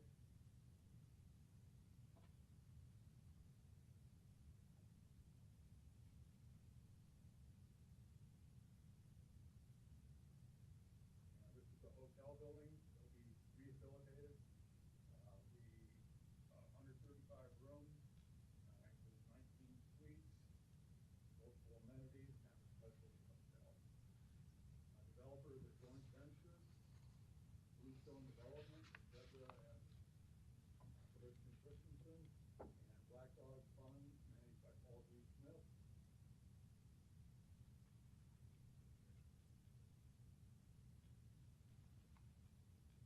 Well, together these two projects, two phases, represent an investment of over $101 million in the Miller Commons district. We're asking for TIF support, $10,297,000. Appropriate project. They'll also be looking at EEA, Enhanced Employment Area program, to help fund the project. Consistent with our master plan, this project for downtown, we have three approvals. Hey, Don, really quick, can you go back to that first neighborhood site plan? That 11th and Izzard pink building, what's that? That's a kind of conceptual future project. It's not really defined at present, this one. Yeah. Yeah, presently that's city-owned land. Yeah, so that was the one mentioned in the pre-meeting that there's been RFP issued that was awarded to Paul Smith's group. I don't remember the particulars. It's been a couple years. The property hasn't been transferred. There's a lot of conversations about connection to Abbott Drive there of 11th Street on the east. So there's kind of a lot of moving parts, truck route, things like that, that it's all trying to come together. So, yeah. And then directly to the west of that is being developed right now. You've seen that project in the last year or so with Arun. Making a connection to Abbott or the truck route, but I'm aware of those issues. Perhaps the applicants could tell you a little more detail on what's happening with that particular site in the city, but anyway, it's kind of undefined at present. Thank you. Thank you. Thank you, Don. Any other proponents? Hi, Larry. Hello. Saw you back there. For quite a while. Yeah. Mr. Chair, members of the board, Larry Jobin, 11440 Western Road, appearing on behalf of the applicant, in this case the joint venture. With me today is Keith Weesey of Paul Smith Group, LLC, as well as Deborah Christensen of Bluestone Development, and also my associate, Bob Griffith. So we've all had different roles in this particular project, so we're here simply to answer any questions. We appreciate the planning staff's presentation. What's the timeline? The timeline, I think, is as soon as possible. As soon as we get approval, I think that the thought is to start both projects immediately. Thank you, Larry. Thank you. Any other proponents? Lucas Thode, 3727 North 108th Street. Good job with the building architecture overall on the frame. I'm actually there are a couple things I was iffy about, but I think they'll come together nicely, even without. I normally don't like buildings that don't have a strong top line, but I think it's actually going to work out okay, given that some of the historic buildings in there don't have that either, like the Ashton. If you look at the Ashton, there's just no cornice at all. But I think it's gonna come together pretty nicely. I've been in that area a few times. Actually had a class at Hot Shops once. It's good to see our downtown growing in a couple different directions. Thank you, Luca. Any other proponents? Seeing none, are there any opponents? Seeing none, I'll close the public hearing. Just a comment, I really get excited with this area of downtown and getting that developed, and boy, there's a lot of development that can continue on, but this is great. So thank you for looking into this project. So, any comments, questions from the board? Eric. Deborah, could you step up just for a quick question from me? Deborah Christensen, Bluestone Development, 5110 Mayberry Street. Thank you. So obviously you did the Hello Apartments, and there's partnerships. So I don't know all the particulars of that. You're doing the Dizzy Mule as well, correct? Yep. And then now the frame in the hotel. Is there just a quick recap? Like, is one of the apartments are they very similar as well as the target audience, or? I guess if you could just touch on that, or are there unique features between each one? I was just curious. All of the buildings that we develop have a very specific personality.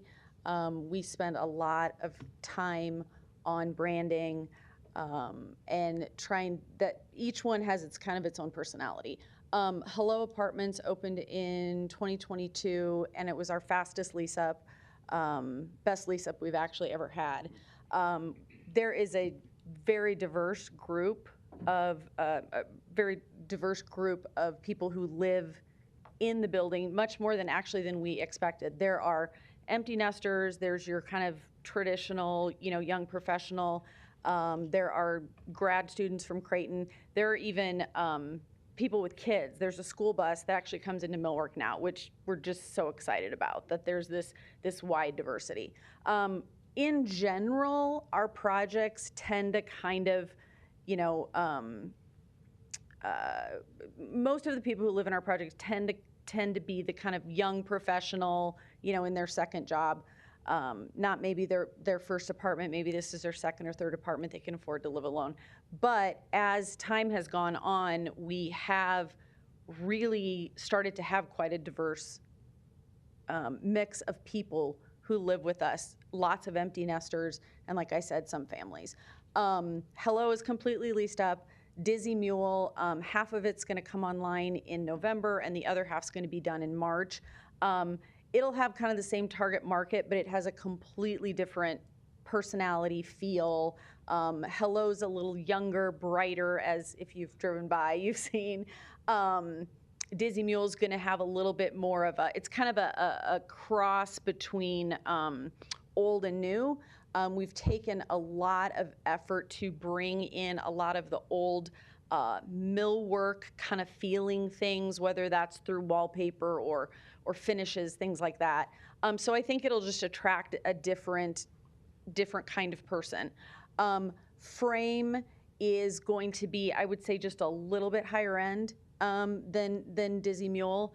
It'll have a little bit more bumped up amenities, a little nicer finishes, et cetera. Yeah, thank you. There's just been so much redevelopment, and this area has changed so much in the last 5 years that I thought that it's helpful. It was a good exhibit to show everything. So thank you for providing that context. Question for Yep. you. How did you come up with the name Dizzy Mule? So actually, that whole block, so Dizzy Mule is actually, there's one historic building that's in the middle, and then we added new construction on both sides. And that building, and also the building where the Millwork Hotel is going to be, they were part of the Disbro and something company. That part of the whole millwork when furniture was made there. And then on where part of the new construction is for Dizzy Mule, there was a little old mule barn that was basically falling over when we bought the property. So we tore down it was kind of an awning kind of thing that attached to it, and we tore that down. So we had the Disbro and the mule barn, and somebody said Dizzy Mule one day, and There it was. yeah.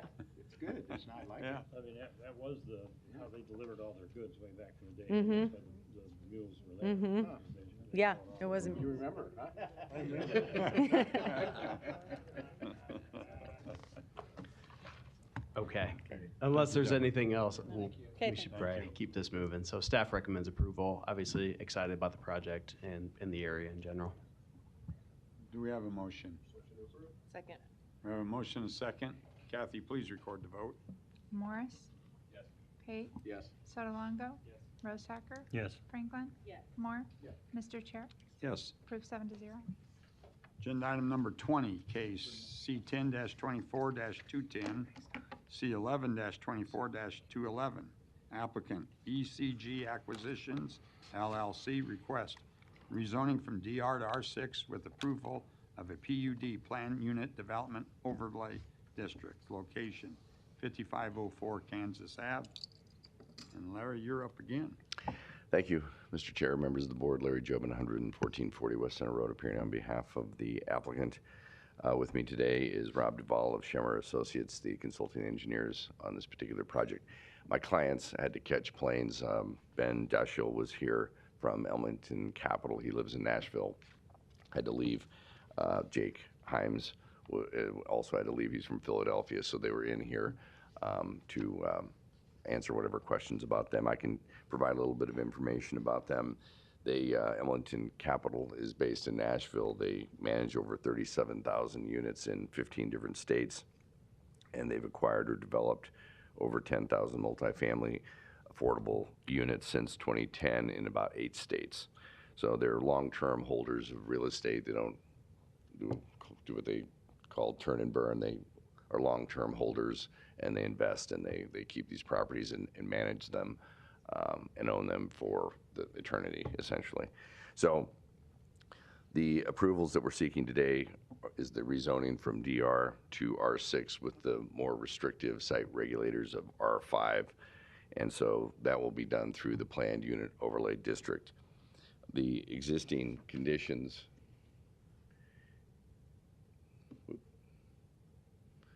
it's this area right here. And you'll note that these are where those television towers are that will all be coming down there, and they've been there for a long time, as we all are aware of, but the big television towers are on that particular site. It's 15 acres, again, currently undeveloped except for the towers. I think there's 3 of them.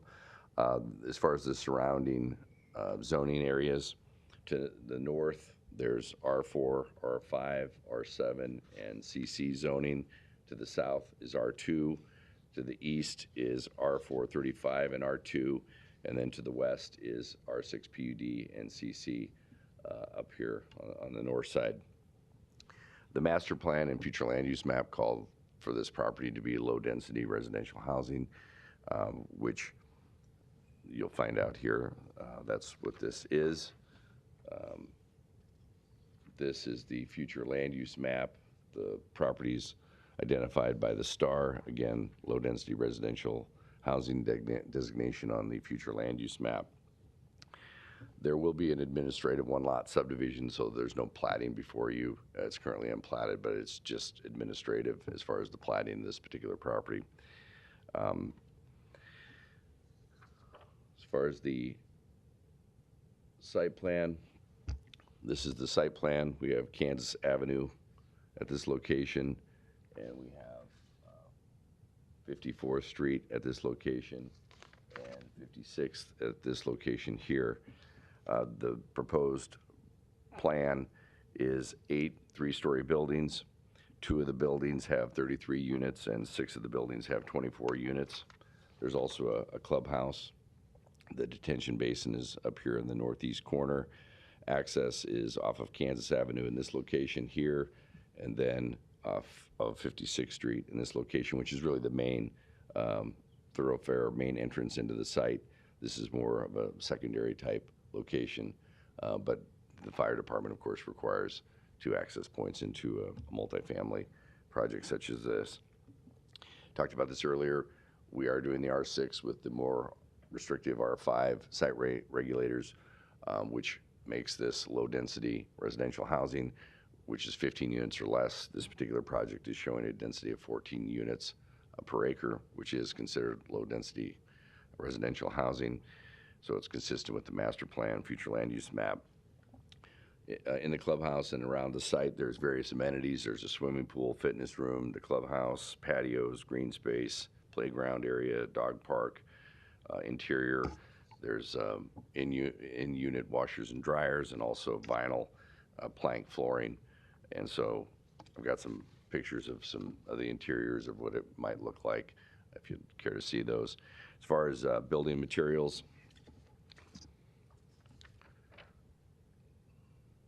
this is what the buildings are intended to look like. And again, with the PUD, what you see is what you get. You know, we can't change a lot of this without coming back through the process. Minor amendments, of course, are done administratively. Major amendments are back to planning board, then to city council for a major amendment. But this is the look and feel of them. This is the color palette and material board, which shows brick and cement board siding, vinyl windows, asphalt shingles, and metal balconies on the metal railings on the balconies, I should say. There's 438 surface parking stalls on the premises. That's a little over 2-to-1 parking ratio between the number of parking stalls and the number of units. This is a low-income housing tax credit project, so it's a light-tech project, and that's what this company, Elmington Capital, primarily does when they develop their own properties. This is a very good low, or I should say affordable housing opportunity in this particular area. And 100% of the units right now are being called for to meet the 60% area median income. And so, you know, when you look at what that means, they're looking at their target market of, you know, dental hygienists, you know, registered nurses, surgical hospital technicians, daycare, accountants. These are the types of salaries that you're talking about when you're looking at the 60% AMI. And so that's really their target market here.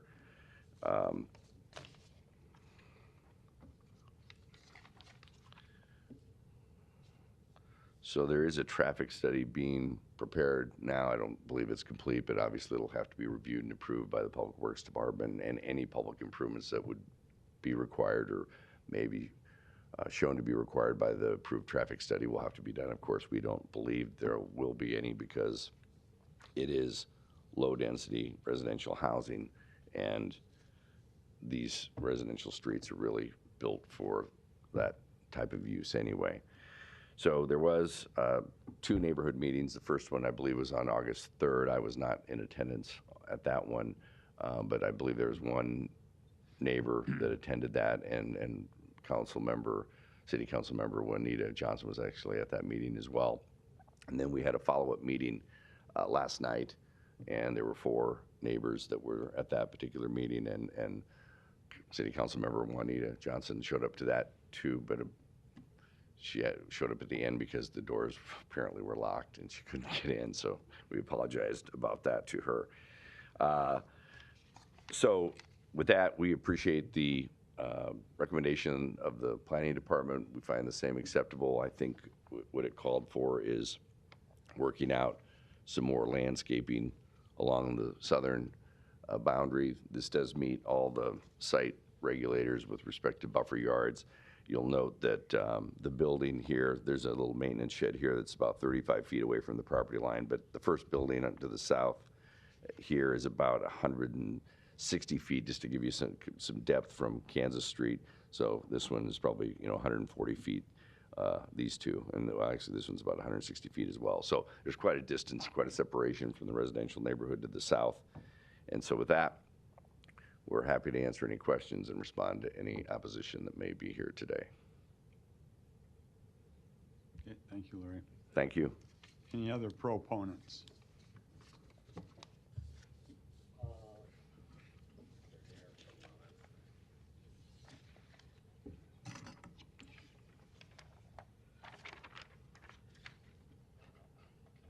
Lucas Thode, 3727 North 108th Street. Speaking in support, the building design's typical suburban apartment, but not bad. Kind of what you expect, but decently executed. The central green is a good feature, but beyond that, I do have to rag on your engineers some on site planning, because the first thing I saw when I looked at the site plan was this designed by an anthropomorphic car? And there are a couple of things that made me think that way. One of the big ones is the fact that the right-of-way here got cul-de-saced and no connection for pedestrians or cyclists was made down to the complex. We're talking a low-income housing complex. Luca, please direct your comments towards the board if you Sorry. That was me. But yes, sidewalk suggestions. Sidewalk here at a minimum. If terminating it into the complex from the cul-de-sac is not acceptable, then it could be routed down the dotted line out to here, sort of down the east side, as sort of walking trail. Optionally, you could connect here as well if you wanted to have a sidewalk connection here, down at the southwest corner, basically. That, and if I had my way with the site plan, I would scrap this bottom row of parking and have some townhomes here basically as sort of a liner building, because I really don't think having parking adjacent to a parking alley basically adjacent to a street is good for buffering from adjacent residents. I think having like 2 sets of 4 townhomes as I depicted here would be a better idea for that. And they could be deeper, obviously, going up into where the parking vacated. You'd still be just above the minimum parking with this setup. It's 38 stalls you'd lose down here, so you'd be 4 stalls over minimum. You could have like garages on the townhomes to make up anything else you needed. Just thoughts. Okay, thank you, Luca. Hopefully that helps. All right. Any other proponents? Okay, seeing none, are there any opponents? Oh, I'm sorry. Hold on. Were you a proponent or an opponent? Opponent. A what? An opponent. An opponent, okay. Yes, sir. Ladies and gentlemen, thank you for being here. Thank you for having us. I'm here with my fellow neighbors and... Your name and address, please. I'm sorry, Valerie Granger, 6624 Kansas Avenue. In regards to my mother at 5455 Kansas Avenue. Okay? As I stated, I'm here with my fellow neighbors in regards to development that is wanting to be built across the street from our homes. Development that will saturate the area with families living on top of each other. A situation that the planning board in past with Mayor Stoddard stated they did not want to happen.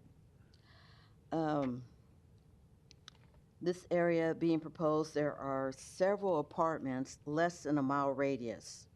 For example, Northampton Arms, Prairie Springs, Sorensen Heights, Luma Lane Apartments, and public housing. This development was pushed, thrown, shoved upon our neighborhood without much warning. And I apologize for what I'm about to say right now, but the City of Omaha Planning Department has let us down. We had no warning of this development.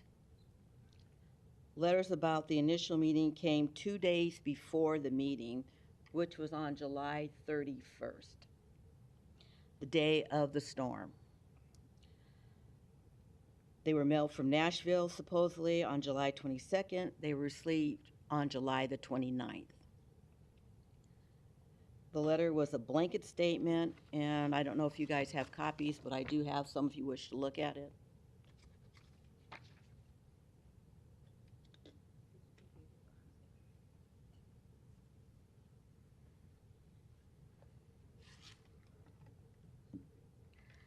It was at a location that wasn't even close to where the neighborhood would actually meet. It was on A.V. Sorensen Center. The second letter was planned for the day after a holiday, a national holiday, which is usually considered as the last summer holiday, yesterday. The planning board knew of the development proposal but failed in advising its citizens. At least a 30-day time frame would have been nice, given to its citizens for research of this out-of-state LLC and preparation for the meeting. And even with your letters that were for today, only allowed a week or less for its citizens to make preparation to attend the meeting. So again, 2 days after a national holiday. There needs to be more transparency by the board to notify the citizens of a community for a major change such as that. Going on, at the meeting on September 3rd, this developer only provided photos of properties they had in the southern region of the United States. That would be Tennessee, Alabama, Georgia, and Texas. Nothing that shows what would be planned for a Midwest cold winter or a Midwest tornado. They do have 3 states in the Midwest, which is South Dakota, Colorado, and Ohio. Even in their plan, did not show anything as a shelter for the residents in case of a tornado. The main purpose of this development is for tax abatements. Their other properties don't even get a 3-star rating. We were thrown a question back when we asked how come they do not receive a higher rating. We were told, do you give a restaurant that you eat at a 5-star review? And I asked them, I go, what does a restaurant and a family resident have in common? I could see a hotel maybe, but not where I eat. The planning board, it appears, did not ask any of the residents about how they felt about this change, nor did they research about the saturation of families on top of families living. This is apparent in how the North Omaha area has been treated over several, if not decades of years. The habitat, again, would be destroyed, and it appears no one cares. The other apartments have trash bins that are overfilled, increase of traffic, increase of noise. However, Larry Jobin stated that at the last night's meeting, there would be no change in traffic or noise. I find that kind of odd. If you're increasing the number of individuals in that area, it will increase the number of traffic and the number and the noise level. But I understood his comments being made since he is attorney and he's trying to push, throw, shove this development upon us. Basically, we do not want this property in front of our yards or our backyards. To kill innocent habitat, which in that area are rabbits and foxes and deer and an eagle and hawks and turkeys for a tax abatement is wrong and cruel. I ask that you consider that in your thoughts about this development. We all know what happens when outside individuals even if they're raised in Nebraska, which we were told at this meeting yesterday, will do anything for some money and prestige. All we ask is for your consideration. Thank you. Thank you. Any other opponents?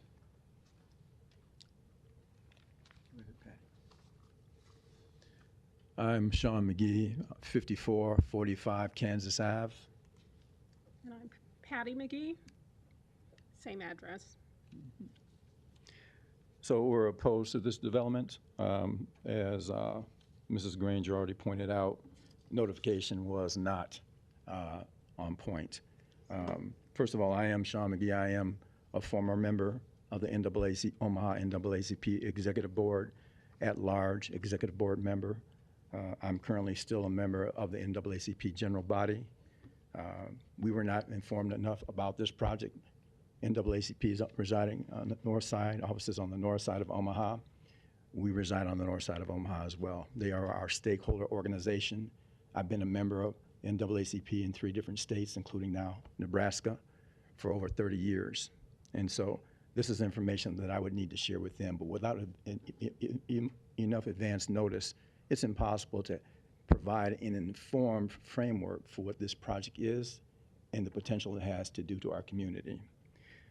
What I'm concerned about is that if you're looking at, and we're looking at a wide variety of issues, you have pioneer families, also I call legacy black families, that moved into this formerly white neighborhood 30, 40, and 50 years ago.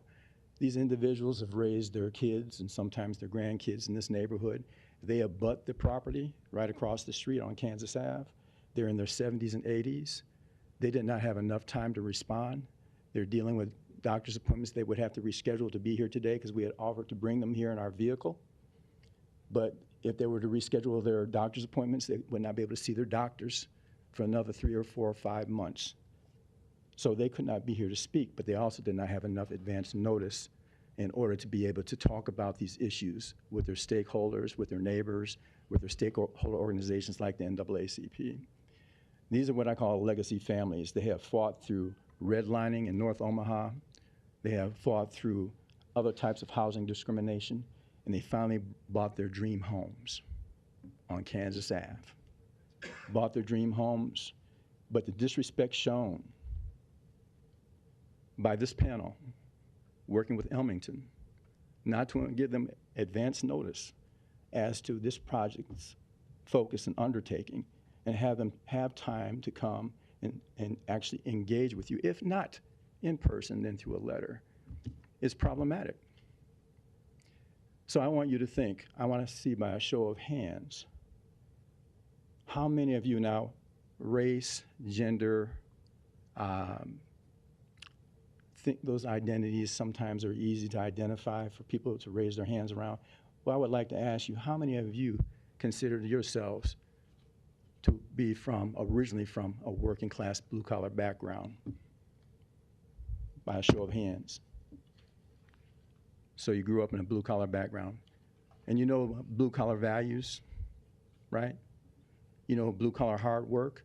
These are the same families that fought to acquire these homes, to live in peace, to have a quality life, and to be respected enough to be informed with advance notice enough to be able to engage in a conversation on this change to their community.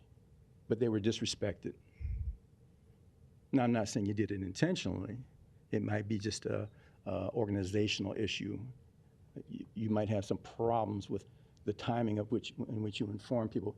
Elmington did indicate, though, this was your responsibility, not theirs. So that's what was discussed with us at the meeting yesterday at the workforce office, that it was your responsibility in the timing of communicating this information. The first notification that went out only said to people who are going to be impacted in the Sorensen Parkway corridor. So we received that letter.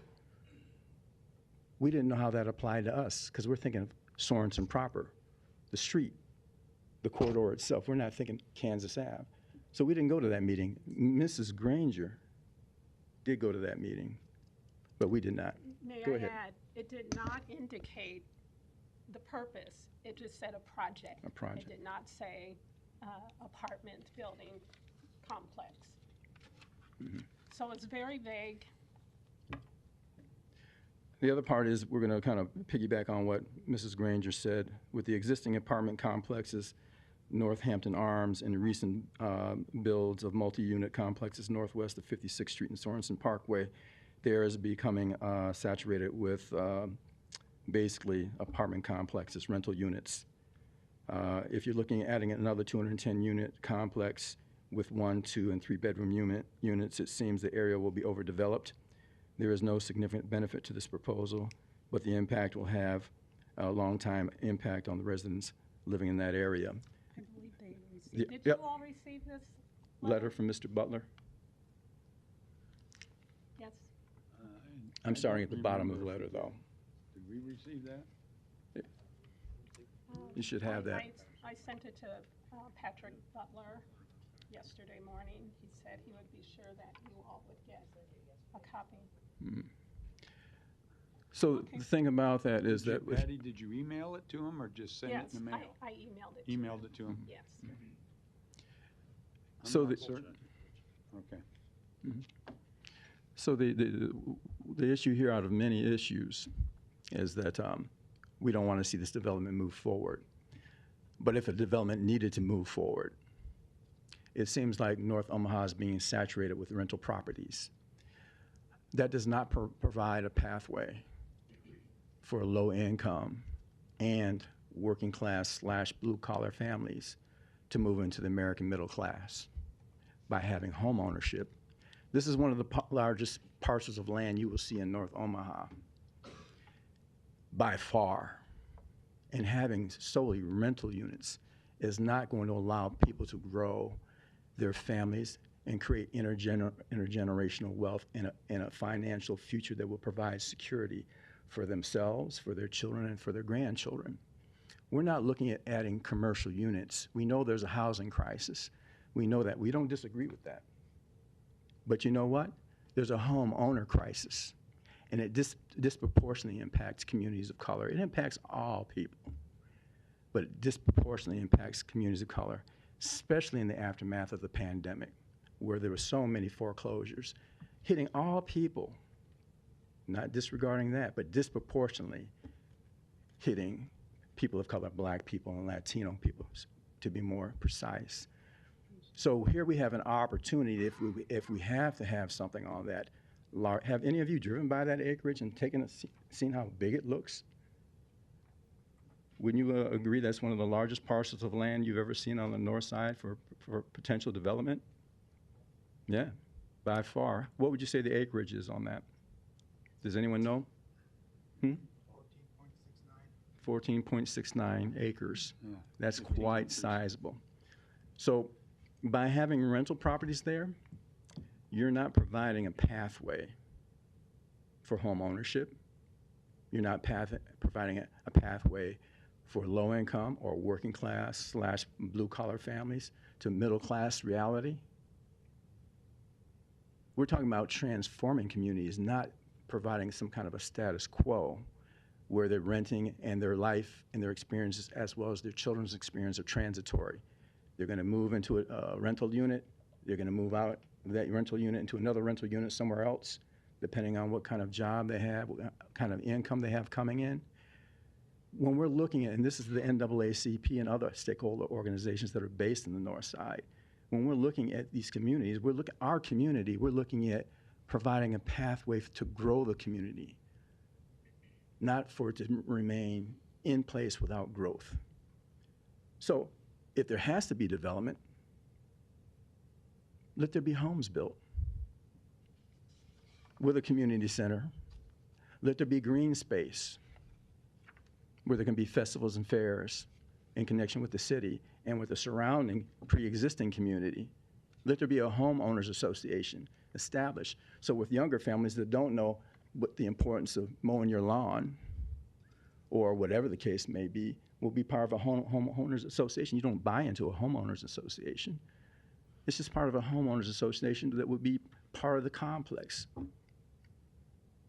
where younger families who might not know, the older families will know, I'm going to keep up my property, but the younger families will then also be held accountable. Some of them, some younger families might already know to do this, but then they'll, you're going to have to be beholden to your neighbors. Let's work together to keep this community. Then you can have festivals and fairs over there. You can build a sense of community. People can have an opportunity to move forward, not just for their family, but for their children and their grandchildren. But right now, if you have apartment complexes there, you're taking the largest parcel of land ever seen in North Omaha in the last some odd years, and you're going to make this community, you're going to make this community not be in a position to grow and change and evolve for the better. That being said, we're conducting. Sean, can you wrap it up in about 30 seconds? We've been here since 1 o'clock, and we had to run out, and you asked no one else to wrap it up, and people would talk ad infinitum. I am appalled that you would ask me to wrap it up. I let you go on for quite a while. I'm just asking if you can wrap it up. You didn't ask anybody else to wrap it up when they spoke at length. I did. No, you didn't. I was here the whole time. Don't do that. I was here the whole I time. asked him to wrap it up. Okay, we'll wrap it up. Okay, thank you, We'll wrap it Patty. up. All right. I got it. Okay. When conducting online research of residential properties owned by Elmington, we've come across numerous complaints by residents living on their properties in various states. In this regard, we have extreme concerns that Elmington will not be a good community-based partner regarding the security and upkeep of their property and security and safety of homes adjacent to their properties. We will provide copies of complaints filed with the Better Business Bureau of properties owned and managed by Elmington for you to review. And then that was brought up at the meeting yesterday, and there were a multitude of complaints and almost no comments in support of their properties. And they had a 1.2-star rating out of 5-star rating. In addition, we have concerns about an increase in vehicle traffic on Kansas Ave because of the documented history of accidents occurring on Kansas Ave. We have directly been impacted by our family by vehicular accidents that have impacted our children and our personal safety and have resulted in destruction of our personal property. Cars have driven onto our lawn, spinning their tires, tearing up our lawn, running over our mailbox. And this was not during the winter time. We took measures at our own expense, going through landscaping companies to buy boulders, to put in shrubs along the roadside to remediate the potential that these situations may occur again to keep vehicles from driving up onto our lawn. The documentation of this was provided also through the history of roadway departure crashes. This is language coming from the Public Works Department, Traffic Engineering Division, City of Omaha, where they say the history of roadway departure crashes. There is a history of that on our block. Essentially, we fear that an increase in vehicle through traffic or traffic congestion on Kansas Ave will increase the potential for accidents occurring in our residential zone neighborhood.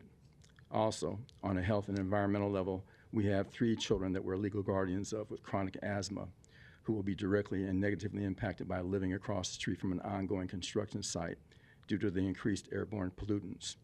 Additionally, there will be a negative impact upon nature conservation at 5504 Kansas Ave. We and neighbors have witnessed sightings of American bald eagles in this conservation space, flying, hunting, feeding, and possibly nesting in this zone. In addition, there are wild turkeys, foxes, deer, vultures, golden eagles, hawks, etc. that live, breed, and or feed in this unique urban conservation space or zone. So that you have a visual in your mind's eye, 5504 Kansas Ave is a naturally occurring wild grassland that is hayed at least once a year. It looks beautiful and peaceful. It does not look like an overgrown vacant city lot. Preserving this space is essential for preserving the continuation of this unique urban wildlife habitat. And then if I may, this is from one of the senior and legacy families that live on Kansas Ave. They weren't able to make it because of health issues. So if I may, hi, this is Verly, and Lucille Ross. We have lived here for 36 years. The open area is so beautiful, and the deer, fox, turkey, hawks are the comfort of our home when we sit on our front porch. It is wonderful. Do not develop the land for apartments.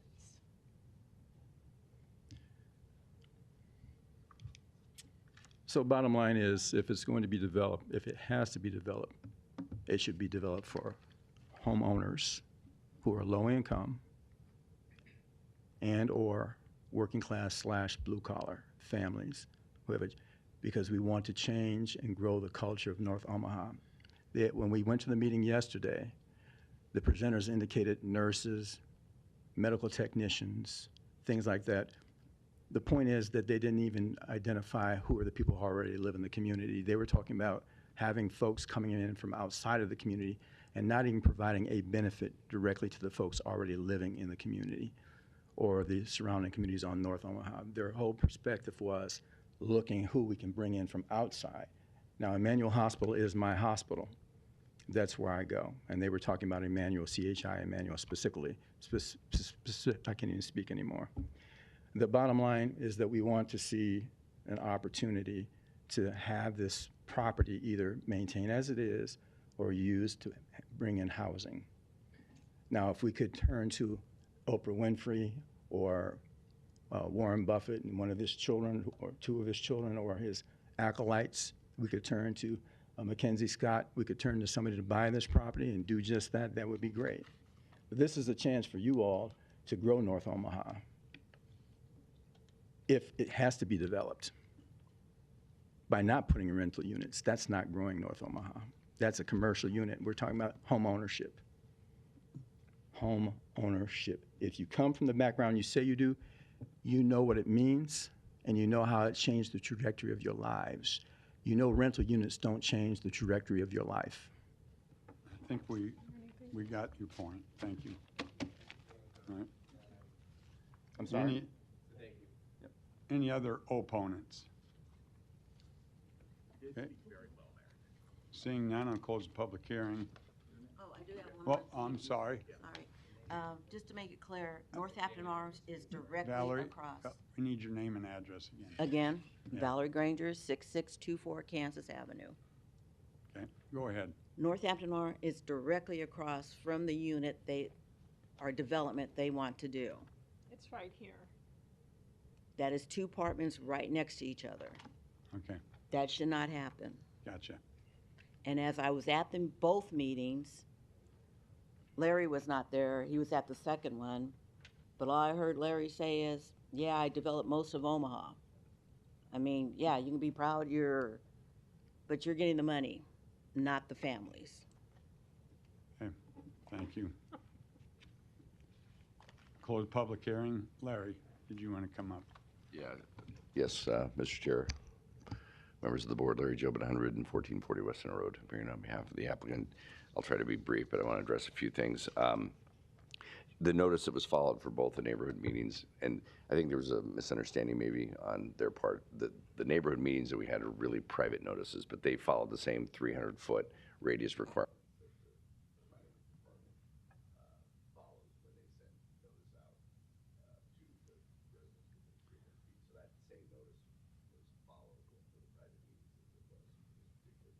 So Larry, when did your notice go out?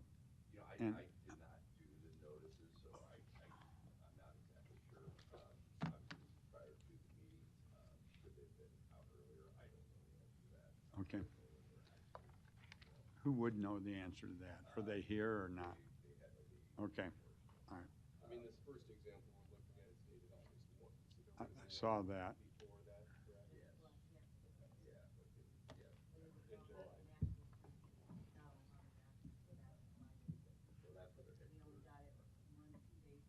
Valerie.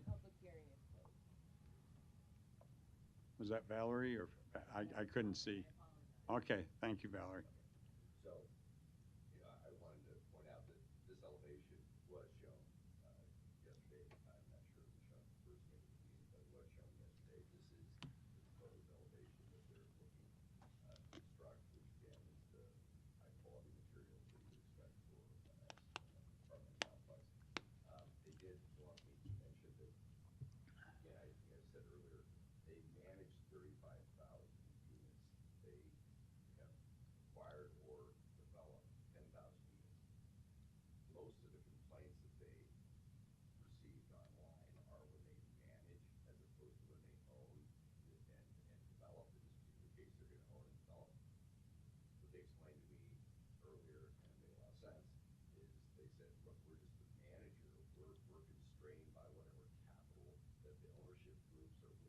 give, and they're constrained by doing whatever they need to do, the apartment complex at the directive of the ownership group. So in that particular case, they are solely the managers, not the owners.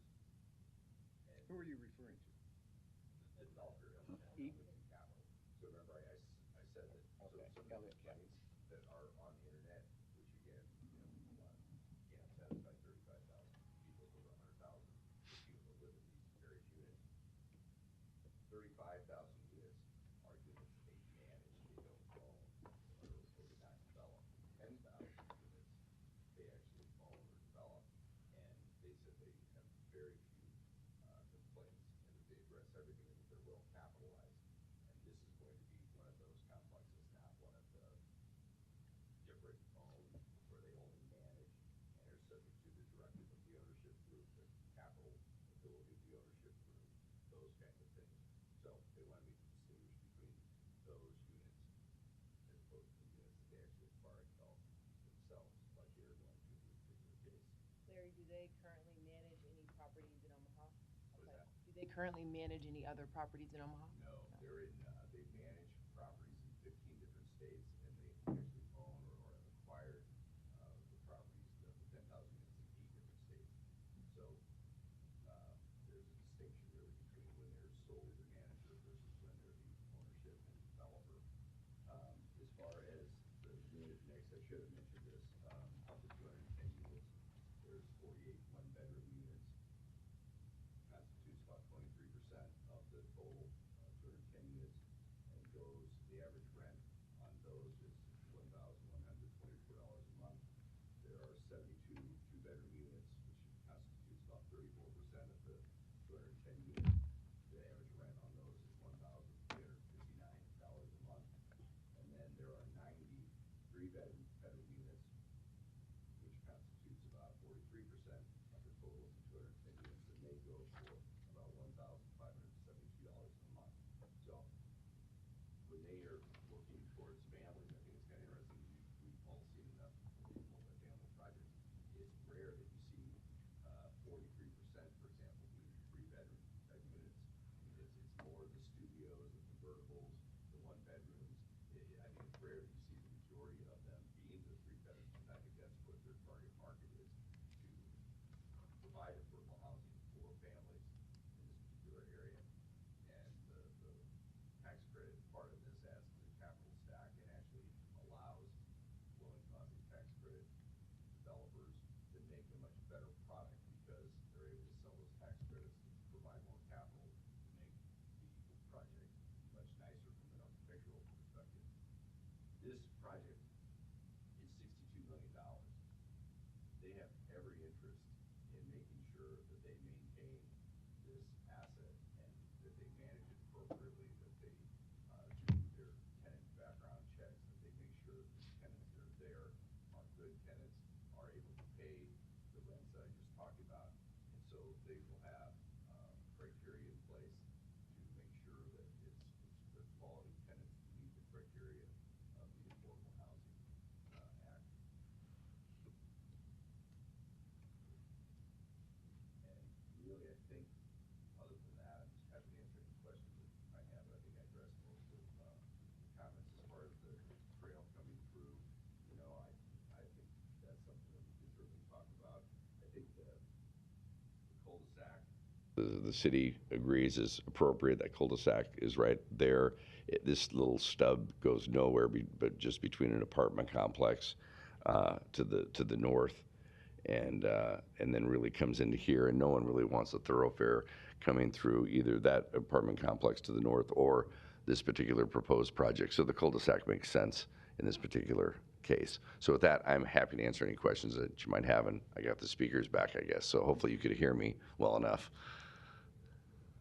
Thanks, Larry. Thank you. Any questions for Larry?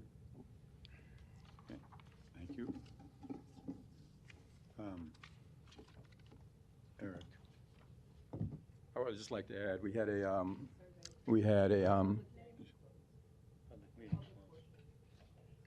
I closed the public hearing, Sean.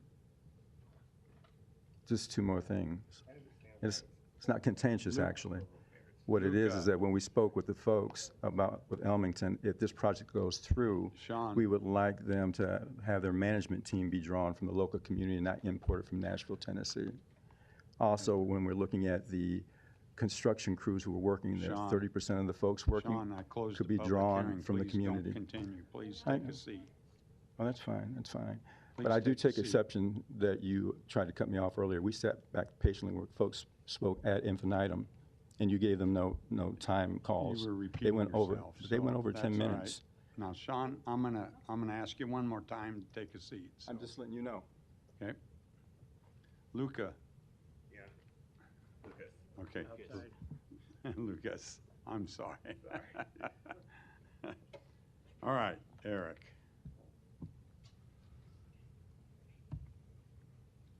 Yeah, so I understand, frustration about too many apartments and not enough home ownership opportunities, and it's very challenging right now. We see it every month on this board. I circled like 9 or 10 different multifamily projects. There's not many for sale ownership opportunities on this agenda, so it's not only a challenge that we see in North Omaha, it's everywhere. And it's not just Omaha, it's nationwide. It's very challenging to create affordable, on any level, workforce, home ownership opportunities. So it's frustrating. I know, we're trying to work on it from a city perspective. But obviously, month after month, development after development, there is the demand and the desire to build apartment units. And it's not our role here at the city per se when we review individual projects to dictate what that is. Obviously, we review projects based on future land use map, the master plan, regulations of the zoning code, regulations of other city departments, access, public works, stormwater. We all have all these, set criteria and regulations, and, there's different uses that come in, and I'm not even talking about apartments now. It could be storage units, it could be a campground, it could be whatever that, I don't get to let my personal feelings dictate what that development should be. That's not my place. Our job here is to review the project that's brought forth, and does that comply with the regulations and the rules set forth in our code, in our in our master plan, and a project like this does. And there are a lot of apartments in this area, I know, because we said you could not develop this at a higher density of multifamily. So it is restricted to the R5 density. I understand it's the form of an apartment building, but it is built as if you could do townhomes, in the same zoning district. So it is utilizing this PUD, which locks in place the development. And, besides a few landscaping provisions that will need to be addressed, there's not much that doesn't meet the code as currently accepted or currently submitted. So there's a few minor tweaks that'll have to happen before going to city council. There is a plating component because of that cul-de-sac that'll have to be worked through. So, I don't have too much else to add other than the project is compliant with the zoning code regulations that are put before us, and it is compliant with the master plan. And, I guess, I'll leave it at that. So I might just say too, though, this is one of the few months where we haven't seen projects from Holy Name Housing or Habitat for Humanity, which address the single-family housing issues as well. Absolutely, yeah. There's just a short distance to the northeast. Habitat's doing a major project with for sale home ownership just on the north side of Sorensen. So you're right. Obviously, we're seeing more apartment units and rental units, but I think that's just the way things are. But you're right. We do see subdivisions throughout all portions of the city, and like you said, Habitat and Holy Name are definitely two organizations that are definitely providing home ownership opportunities. Of course, we had Happy Development. I know that's a rental product, but yeah, there are those out there that are providing that type of unit. So Ryan Haas did need to leave. I do just want to mention, he did say, Chemmer, their traffic engineer, has already reached out to scope the traffic study, which Public Works will review. So those conversations are ongoing. But unfortunately, he did need to leave. I know Larry touched on the 2 access points from Kansas and 56th Street, and then ending that current street stub on the north with the cul-de-sac. So as far as access, it's acceptable. No concerns there from Public Works or Fire Department. Does this move on to the city council? This does move on to city council.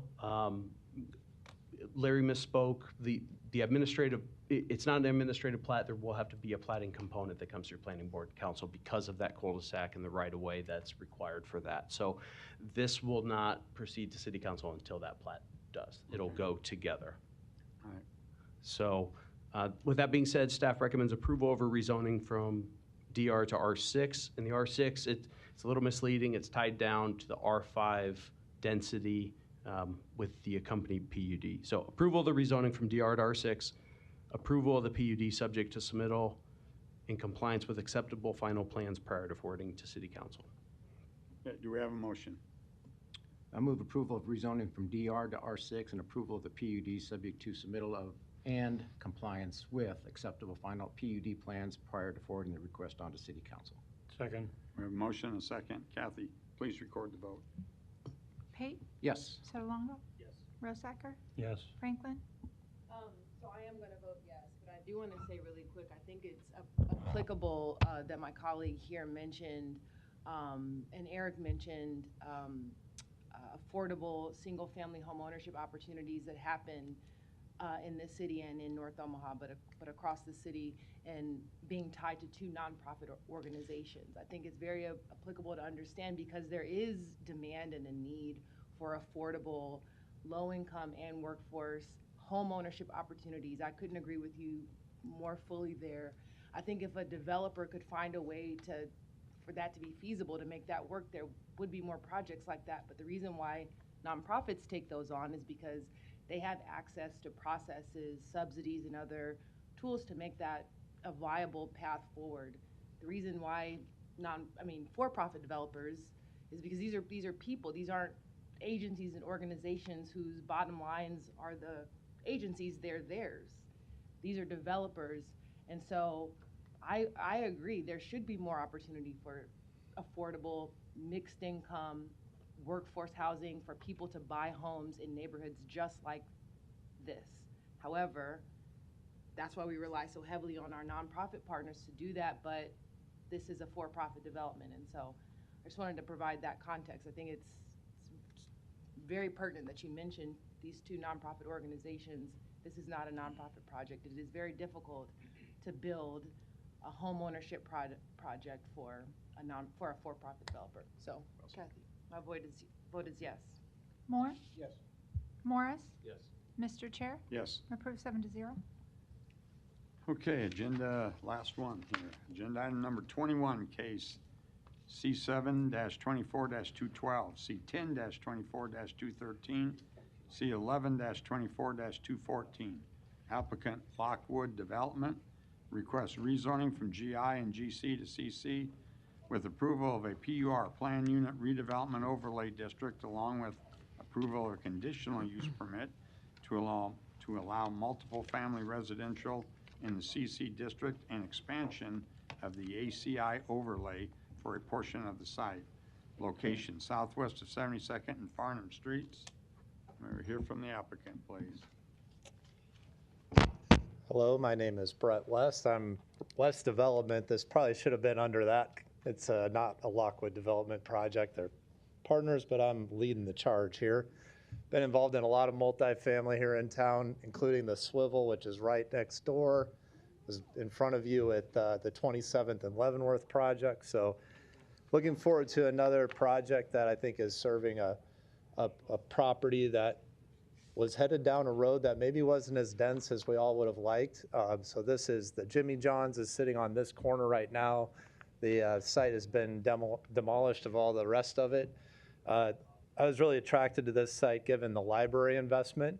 And this project and the proximity to the library and then the swivel on the other side is certainly serving a corridor that's underserved in this case for folks that want to live in that area. It's great for Exarban, a lot of UNO students, children's, and the hospital investment along that corridor has just taken off, and being a part of the Clove as well in that area, center line. So we've seen the need for this product. So I didn't say my address, did I? 5505 North 290th. You guys are getting tired too. 5505 North 290th Circle in Valley, Nebraska.